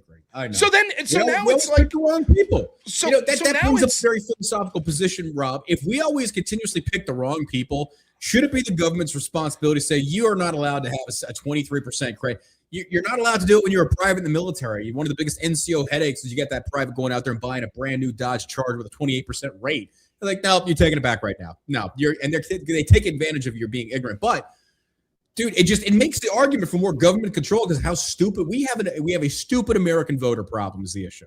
We become repeal the 19th, right? Like, I didn't say that. Look at it. I've seen a lot of young stupid dudes out there, bro. I'm just saying, there's a lot of young dumb guys too. The idea, like, it's very interesting, and like this is getting to a far different conversation. But go ahead and look at the Constitution and how many times it uses the word democracy.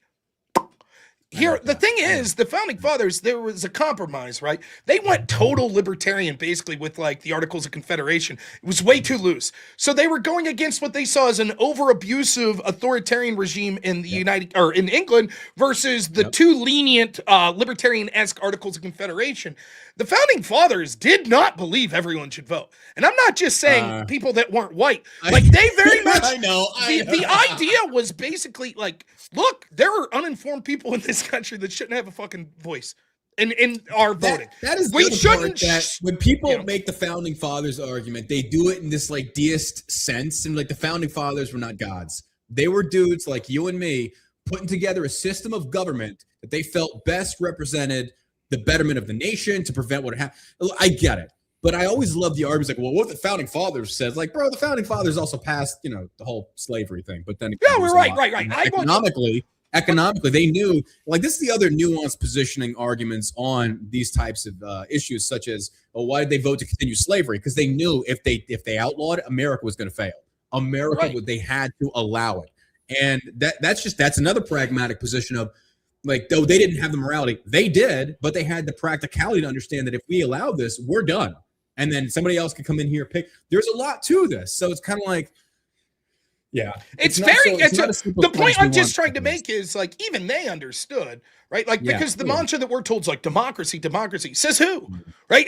Where are you getting it? The United States is about a democracy. Where? Like, that's not the case. And like, the truth is, now I'm not advocating a radical change to like a monarchy. Are you? No. All I'm saying is that there is a problem with an uninformed voting mass, or there's a problem with people that just want to vote for free shit for themselves. And scholars have talked about this for a long time. The problem with pure democracy is when 51% of the people realize they can vote for 49% of the people's stuff. That's it. Project over. And so we find ourselves in this position. One thing that I think Trump deserves a lot of credit for is so far shrinking the size of the federal government, and the jobs created have been almost all private sector jobs. This is very good because you're in this weird. I asked my ANCAP friends this one time. Wait. You said government shrunk? The amount of employees, the jobs that we've seen lost in federal government jobs. Yeah, okay. So I asked my NCAP friends this one time. I said, what do you do when 51% in a direct democracy, if 51% of the people vote or work for the federal government, how do you ever shrink the size of government? Because those 51% aren't voting to cut their own jobs. And our government keeps getting bigger and bigger, where it's either you work for the government or you rely on the government. You're not going to vote for that. And like, let's take all the Smalley fraud. Just take something that we could say is not that fraudulent, hypothetically. Like let's say that the government came out tomorrow and said, what's that? Name a federal agency that is. Well, yes, I agree. Name one, Rob. Name one. Now listen, not the dudes like me. You walked right into that one. I know it was I know it. I'm fucking. So like Social Security. Name one, Rob. Let's say that Schumer comes out with Trump tomorrow, and it's bipartisan. They come out and they say, "Listen, we have bad news. Social Security's out of money." And, like, we all agree, we're screwed. It's out of money. And so now where do we go from here? And any politician that said, "Look, we're going to have to cut Social Security payments," immediately loses their next election. Period. They have no chance. Dude, that's the other thing about stupid American voters. It's that they'll sit there and complain about, oh, we're out of money for Social Security. It's being depleted. And then Rand Paul comes like, we have to increase the Social Security age. It's like, oh, fire Rand Paul. It's like, no, he's basically giving you a pragmatic answer to the failure that is socialism by the government under FDR back in 35. It's like, oh, well, we're going to take nanny state and start taking your taxes, solidifying or pulling it all together. The system has failed. And that was because we relied upon the federal government. And that's why I tell my audience, do not be reliant upon your Social Security when you're going to retire. For me, it might offset maybe 30% of my retirement income, but the rest is going to be to real estate, investments, things like that. Like, that's why I want to, and this is why I feel like this American economy, this American housing economy, dude, I have like I have enough money squirreled away right now in the stock market, in investments that I can't do anything with. There's nothing that I want to buy right now that it's going to accrue interest at such a rate that will be worth it when I'm ready to retire. Real estate, you usually never go wrong on. Real estate is one of the safest investments you can make if you play your cards right. But right now, my investment market is I can't do anything. So that's why I feel like I'm ready for something to change. I'm ready for something to move because, bro, there's so many of us ready to put money back into this economy. But at the same time, if people also can't afford to rent houses because their jobs are just it's very complex, right? But I just feel like with what I'm seeing from Republicans in Congress right now, me as a business owner, and this is me directly, all I can say is it was Republicans, it was Mitch McConnell that put that hemp ban in that continuing resolution that's going to destroy 65% of my business. So right now at this point, Rob, and you talk about being pragmatic and populist, right now, this is just the truth. Republicans have done more to destroy my life than Democrats have. That's it. Look, who could blame? That's, look, here's that's the 100% thing. Anecdotal, but that's just my reality. Oh, no, now, that's life. No. That's politics. It's nature. You know what I mean? So now am I not allowed to criticize my own? Am I not allowed to criticize the very same Republicans that said they're going to represent me in Congress, yet they're going to go out there and do this unconstitutional ban on hemp because of what? Because big alcohol, which actually kills more Americans. This is what I'm saying. This is why the lines don't exist anymore. We have It's very difficult, and you have to understand people are voting. Look, a lot of people vote for bad reasons, what I think are bad reasons, but people have their own reasons, and you can't say that people can't look at let's just say hypothetically that I support everything that Republicans of the Trump administration are doing, but I have a little niche job like you do. Like, let's say my job has to do with I don't know, lumber, right? And Trump does everything right in Republicans, but for some reason they're like, well, we're going to have this policy that devastates the lumber industry. Yeah. Now, let's say culturally and foreign policy-wise, I agree with all the things that the Republicans are doing. Do I vote for them knowing that it's going to destroy my livelihood? And you might say, all of you out there might say, yes, but Rob, objectively, here's why that policy makes sense on the lumber thing. Even if that's true, so what? My family suffers.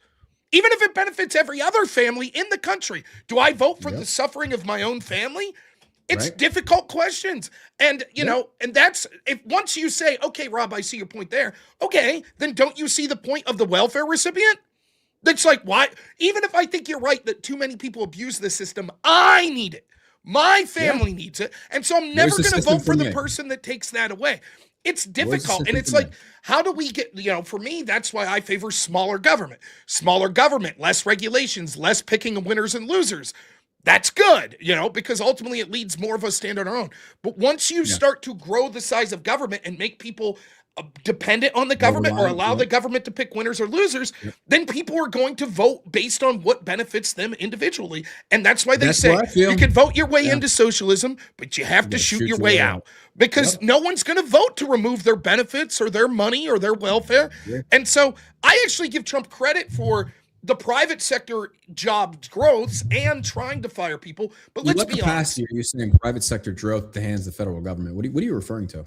So like when you look at the jobs created under the Biden administration, huge portions of them, these were basically what huge sectors were. One, foreign-born people were getting jobs, so not American citizens. And second, they were government jobs. Most of the jobs created were government jobs, right? Under Trump, we've actually seen government jobs decrease, but the growth we've seen in jobs have been almost all from the private sector and almost decrease all in growth or decrease from pre-established figures? Decrease from pre-established figures, at least in some months. Now, I don't know the totality, but for example, let's say that you'll see like 117,000 jobs created in Wait, March. You said in some months though, but then there also wasn't. Well, I don't know. I don't know the totality. Okay. What I am saying is I don't know either. That's why I'm asking. But your answers are kind of like, wait. I could look up the numbers. I believe it. I do believe it. I believe what that I'm saying, though, is Democrats are going to empower. They're going to empower. Growth is in the private sector.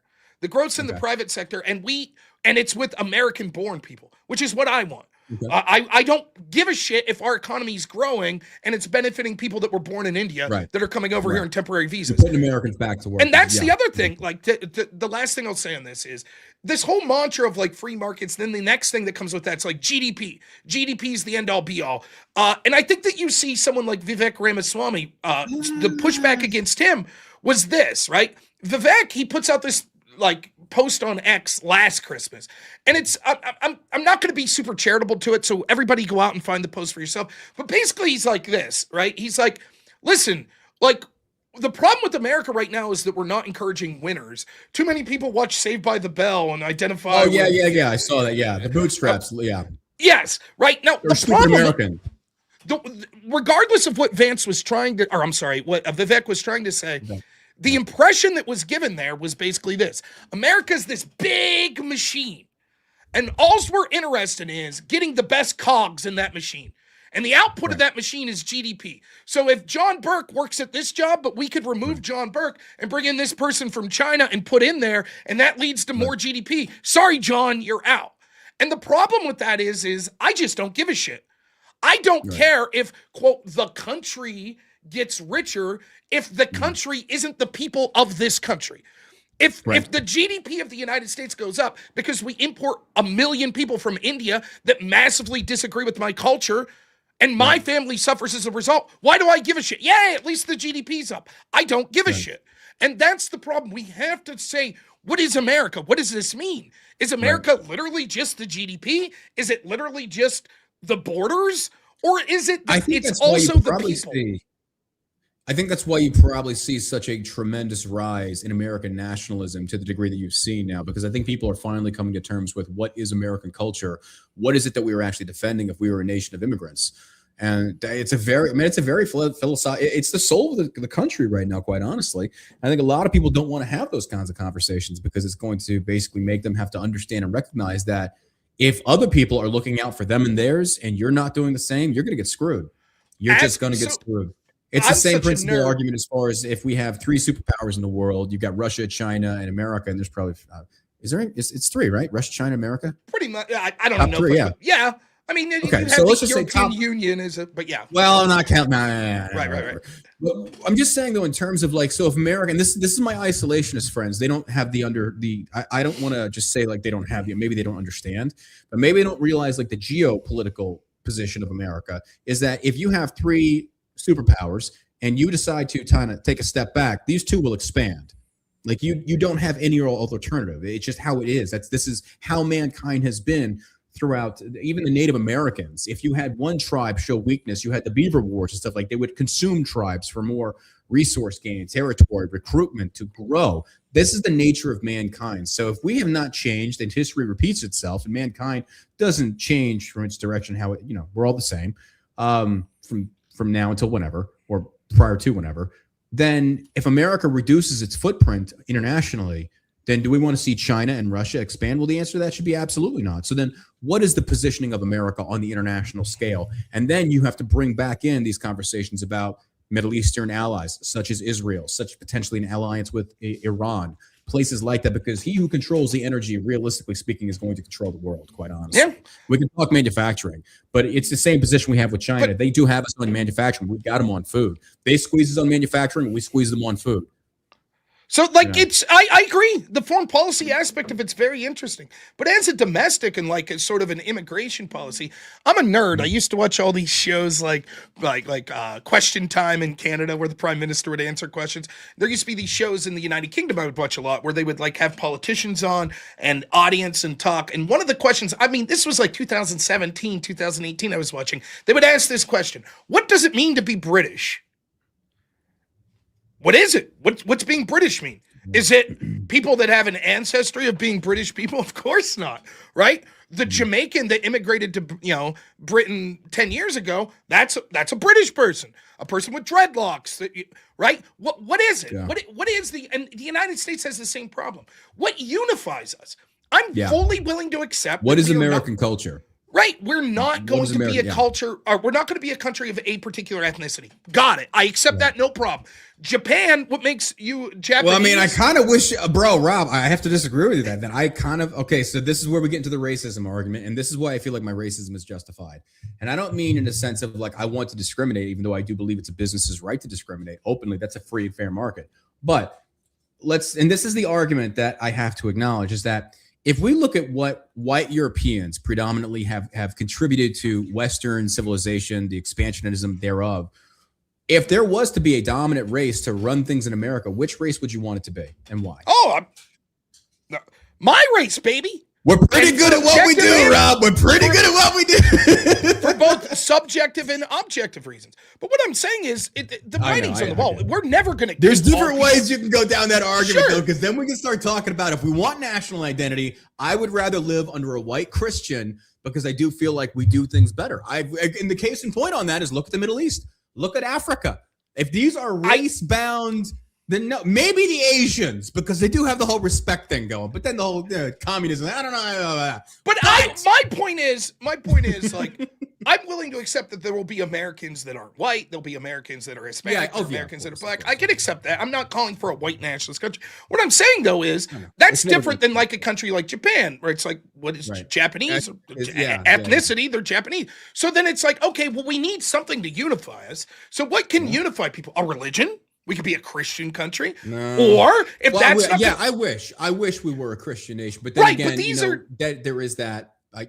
These are things that hypothetically could unify. You could have a country surrounded by principles, right? That unifies, like the principles of the Bill of Rights or the principles of the Constitution, whatever it may be. But the key is what we were supposedly built on, but we're not that. We're not right. So the key is there has to be because if something like that can't unify us, that benefits everybody, dude, what will? Outside of that's just it. Like, so it's like, okay, but there has to be some sort of unification. It can't just be that this country is made up of people that believe X and the opposite of X, and there's no unification. You can't exist as a country in perpetuity with that. That's what it feels like these days. That's exactly what it feels like. So, for example, it'd be like, well, the First Amendment, free speech. Really? Is everyone unify around that?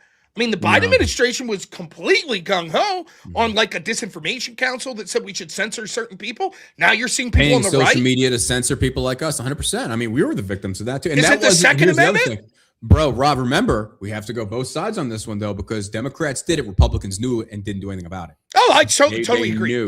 They knew and did nothing about it. Listen, there's been Republicans that have pushed like anti-Semitism, hate speech laws and shit like that. I'm not a fan of that. The point I'm trying to make, though, is I don't know what unifies us anymore as a country. And it's starting to become, the fractures are starting to become so stark. And I'm not calling for a theocracy, by the way. I saw some no theocracy. No, I agree, because the worst case you get is Iran. You're going to get Islamic, you're going to get whatever. The same premise is why America was established from the hands of Henry, going after the Lutherans and stuff like that. Yeah, I understand what theocracies will eventually turn into. Absolutely. But I'm saying, though, if we had to lean on certain fundamental beliefs as a nation that would bind us, as Rob is saying, then I would rather it be Christian fundamentalist values, because also those are the values that are actually shared more widely by most religions. If you look, Islam, we have very similar beliefs in terms of like homosexuality, man is the head of the house, blah, blah, blah, blah, blah. So it's more generically acceptable, I guess you could say. But I do get the counterpoint to that is that, yes, you get extremist theology or you get extremist theocracy, clearly not a good. So I think what, like with Rob and me, or at least what I'm coming to the agreement or the getting a grip of is, what is the perfect system? And there is no perfect. What is the most less corrupt, pragmatic, American beneficial system that we could implement policy-wise for Americans? And I don't have an answer to that either, because honestly, those are the questions that are being asked. We're being forced into a different aspect of cultural irrelevancy that really doesn't matter. But the problem is, it does now. Like Rob said, you can't criticize your own. The trans thing blew up. The left never criticized that, and that's why they lost 2024, because it got so insane that even the black intersectional woman like Kamala couldn't bring the left to unify because they thought they were so bad. Fiscally horrible under Biden. It was so bad they stayed home for Kamala. They were just like, we're going to let Trump win. They stayed home. Totally agree. It was that bad. So it's like so we have these problems. We just say we'll bring in people from India. Now they're American. Are they? Yeah. Right? And then we, and then when it gets right down to it, not only are our sort of principles no longer unifying, but then we can't even agree on reality. Like there are people like biology. How about this? We all saw all the footage of the shooting of Renee Good. I see that footage and I'm like, clear-cut case of officer justified in the shooting. Clear cut. Couldn't be more clear cut. And yet half of this country sees that. It's like, this guy's a murderer. Yeah, I know. But so it's like, what do we do? How do we, if we don't have unifying principles, if we don't have a unifying religion, if we don't have a unifying ethnicity, if we don't have a unifying value on the foundational documents of the country, and if we can't even agree on reality when we're watching the same thing, what happens? What do we do as a country? How do we come And together? this is why culture is so important, and why culture should stay where it is culturally norm. Meaning, I don't want Somali culture over here. I don't want other cultures over here anymore. Stay where you're at, because that culture is there for a reason. You don't want to outbreed that culture, meaning you're going to have traditionalism go away. Imagine if, for example, and it's possible that British no longer exists. It's been bred out. There is no longer a British line. It is now, America's going the same way. Britain's just getting there a lot faster, though, which is just funny to me. Islam is taking over. You see it everywhere, all over the place. But now, where is British culture? Because British culture is a thing. It was a thing. Where's British culture? So one culture absorbs the other. That's why I am for segregation. Keep the culture separate. It's what it's what keeps them alive. But instead, you're going to get the inbreeding. Britain's gone. Britain is, and they're never going to go opposite. They're never going to go opposite. What's it matter if the world if each country's just geographic regions and the cultures 100%. within and the values within all become homogenous? By the way, isn't this completely antithetical to diversity, which they claim is the 100%. Mantra? Right? Multiculturalism is an absolute lie, and it destroys cultures. Now, there is an idea of America, because America is multicultural, meaning we are the melting pot, but there is there is American culture to a degree. It's just hard to nail down because it comes from so many contributing factors. But ultimately, let's just talk food real quick. Anybody that disagrees with this, let me just say this. I've been around this world, man. Rob follows me. I travel, or I used to, because the economy was good. But I love South America. Got to go visit Peru, many different countries, experience the food. I love going to Argentina and training there. There's a lot of places I love visiting, and the food is exquisite. But the American variations of these foods are just so much better, so much more unhealthier. But American food is this conglomeration of all this other stuff that we just deep fry, turn it as unhealthy as possible, and we make it so much better. It's true. We have the best steaks. We have the best burgers. I've been around the world, dude. Everyone mirrors Western food because we have it the best. Now, that being said, what else is American? That's a very good question as far as football, baseball. These are things that, are specific to America, or at least our variation of football. So, and that's based on each person's independent thing. So I get what you're saying, and Tarek's about homogenism just destroys it completely, and you get this new perverted variation that's not even culturally norm. It's not even rooted in traditionalism. It's a new contemporary version of whatever. It's a perversion. It's I don't agree with it. Totally agree. Well, hey, John, I got to run. I got stuff to do here at 2:30. But, man, it's a pleasure. We should do this more often. I thoroughly enjoyed it. Yeah, bro. Thanks for dropping everything. I know I texted you out of the blue. But dude, I always love having these conversations. You definitely get the you want to do this once a week? Well, I can't do it once a week. I could do it once a month. I have so many other things going. But by the way, I got to call. I worked with this project Word War. I got to call them back here. Okay. But if that's ever something you'd be interested in, they're doing in-person debates. I think you'd be great for it on certain topics. I'm doing my own thing now, bro. I just find that it just gets you mad. It gets you upset. That's true. It's like communities versus communities. I'd rather just establish something and we have I would rather debate people in my own circle, and not even debate, just discuss things with, not with the intent of I'm right, you're wrong, which is what I feel like a lot of these debates are about. You're not getting good faith opinion. It's ego-based conversation, and I don't think that's going to benefit anybody. So I'm not really in the debate circle anymore. I don't see a benefit to it. And everything's so much bad faith crap these days. Like for example, when you and I talk, I criticize Trump. It's TDS. I praise Trump. It's the opposite of, whatever. So that's why I like having good faith conversations with people like you. So thank you for coming on the show today, for coming on the stream and doing this. Hey, of course. You can get really good meat and potatoes conversations. Anytime, man. We'll definitely do it again. So also, I put your link in my chat, so I hope everyone goes out and checks out John's channel. You're streaming almost every day now, weekday, right? During the day. Been getting back into it, man. I've loved it. Our YouTube channel's blowing up. The John Ross videos are coming back, so people are loving that. And then the stream is growing. And then I was like, dude, we need to get Rob some love. Rob freaking goes out there and stands in. Even if we don't agree, Rob always stands for what he believes in. He hasn't sold out, and I think that deserves the utmost praise and respect this day and age, because fuck, dude, nobody gets it anymore. It's all these damn grifters that just say the same bullshit that everybody else wants them to say, and they make money. So I think I've told you this before, but I streamed the first time that I was ever on your show, or one of the first times. I'd streamed with a lot of people up until that point, and people, my family, friends, whatever, know I'm a streamer. Who cares? My father-in-law, I remember this story. He about shit a brick when I was like, I gotta go home. I'm streaming with John Burk. He's like, John Burk, the guy just he he's like a police officer. He's a veteran. He was so pumped. He's like, that is amazing. So I can't. That was so sweet, man. Hearing that just made my day. Rob's dad loves me. No. Yes. This guy loves you too in the back. Just so you know, veterans unite. All right. Yeah. My friend Avarice there. I don't even know who this is, but God bless him. The guy in the back is a veteran who loves your show too. That's all I'm saying. I appreciate you, man. So I didn't even know we had people in here, Rob. We're like people listening. Thank you, bro. I appreciate it. There's a guy in the back that he just manages my chat for me and stuff. That's he's nice. A good guy. He's a veteran. Good for you. Absolutely. There's a lot of. There's always. Dude, for months I've had people like, when are you gonna talk to John again? I was like, I don't know. It's not that we're avoiding each other. Bro, it's just, anytime. Like, let's do this more. Absolutely. I agree. Absolutely. I feel like I get more. I like learning from you, dude. You have a lot of you read a lot more than I do. That's for damn sure. But no, I love the fact that you just think differently and you can you articulate very you paint very good pictures with how you describe things. You talk about the differences of conservatism, populism, in the way I like how you describe that. If it's to be true, which I take you at your word. But no, I love listening to you, bro. I do. Well, thank you so much. We will talk soon. I got to run here. But yeah, it's a pleasure. So can't wait to talk to you again soon, man. Later, brother. Take it easy. All right. I, for my audience here, will read some super chats. And then I do have to get going. Now, reminder, I'll be back at 8 p.m. this evening for the No Prep debate. That's going to be at 8 p.m. It'll be here, but it'll be on Speakeasy's channel as well. Brendel, thanks for being a member. Really appreciate it. Caveman, also a member. Thank you. Kokomo, thanks so much. Gives 5 memberships. Really appreciate it.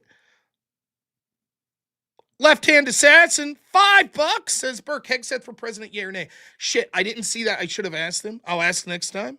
Gives another 5, thanks so much. The great Zach Yelpy, $20, says you're absolutely right. If you're explaining, you're losing. Doesn't matter if it's truth or not. The left knows this all too well. Yeah. The idea of when do you self-reflect on your own side? Yeah. Left-handed assassin gives 1, 2, 3 more $5 donations. Thank you so much. Now listen. I did stream for 3 hours. We only got to 13% of the goal. It'd be nice to get like 50% of the goal, at least that. But no, I know this was unadvertised, and normally I haven't been doing the day streams. But yeah, John reached out to me and said, sure, I would love to do it. So, one second. There's so much to talk about that we didn't get to today, and unfortunately, we probably won't. It looks like they started to arrest people under the FACE Act. It looks like Don Lemon, the magistrate, refused to sign off on. Interesting. We still have all the conversations at Davos, and now we have Jack Smith testifying in front of Congress, and there's a lot of good clips that are coming out of that. So tonight, I don't know what the debate topic is. I don't know who my opponent is. Hopefully, it's things that are relevant to these news stories of the day. But yeah, the No Prep debates are going to be yeah, you ready to fire that up? Yeah. Right. Yeah, sure. Go ahead. You can fire it up. We got to fire it up. It's part of the show. Yeah, go for it. I don't care. Go for it. We'll fire it up, and then I got to get running. No prep, no warning, no time to think. Walking cold, stand your ground, say what you believe. No script, no notes, no place to hide. Red actions drop,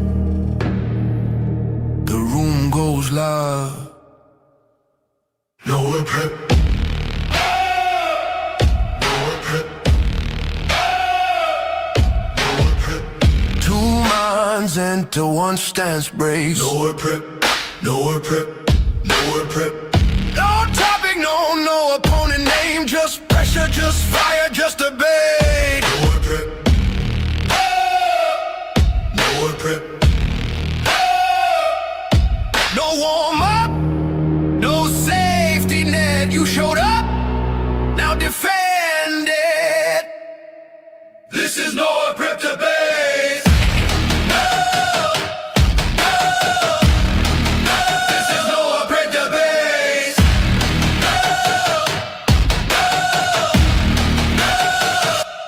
No prep.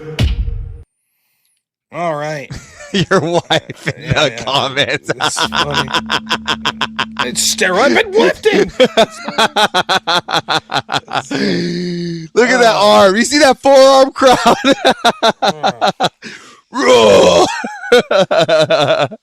So, I'm excited for tonight. I'm Yes. actually excited. yeah, So it should be good. I think it'll be a good episode. So. Baby Avarice and I, we're going to be tuning in. We're going to be like, robnoerr, go team. It should be fun. Now listen though, like the 13% dono bar. So we'll have to make up for it tonight. Listen, so I was going off what you said, right? When you got special guests on, don't put the banners up. So I'm doing my job, not sitting in the back quietly. Yeah. That's fine. And it is what it is. But Now, if you want me to heckle more, if you, I will. I don't. I will talk to you. I don't. I will. I do not want that at all. At all. What did you say? Take a step back? No, I do not want that. So. But all right, I got to get moving. Yep. You enjoy. We'll see you tonight, Rob. Thank you. All right. To everyone else, I hope that I've been putting in the work. Did an 8-hour stream yesterday, 3 hours now. Probably be another 5 or 6 hours tonight. Though I don't know. We'll see. I will talk to the merch guy. I got so many calls I gotta make. I got dinner with my family here at 4:00, so I gotta get running. Gotta get a shower and all that good stuff. But so I will get it on the back end. People giving donations. We'll get some tonight. But thank you to all my mods. Thank you to everyone that helps me out. I really appreciate y'all. Thanks to John Burk for having me on the channel. It was a lot of fun. So I'm going to head out here. I'll remind you, please keep the memory of Charlie Kirk alive, what they did to him, how they celebrated it. Say a prayer for him and his family. All right, we'll talk to you all at 8 p.m. tonight. I'll probably start streaming a couple minutes before that, but thanks so much, everyone. As always, have a good one. Only in America is it possible to say, you know what, I don't like the way the country is going, and to do something about it. Take that risk. Take that leap of faith. Stay involved. Trust God and act obediently. Romans 12:2 verse. That God will use all things, for good for those who love him. It's bigger than you. I want you to remember that. It is bigger than you. It's bigger than me. You are here to make somebody else's life better, the pursuit of liberty and freedom. You know what gives me strength? The hundreds of thousands of you that say, Charlie, keep going. 1 Corinthians 5 and 15. So that's all pretty amazing evidence, not just intra-biblical evidence, but extra-biblical evidence that Jesus Christ was a real person. He lived a perfect life. He was crucified, died, and rose on the third day, and he is Lord and God of all.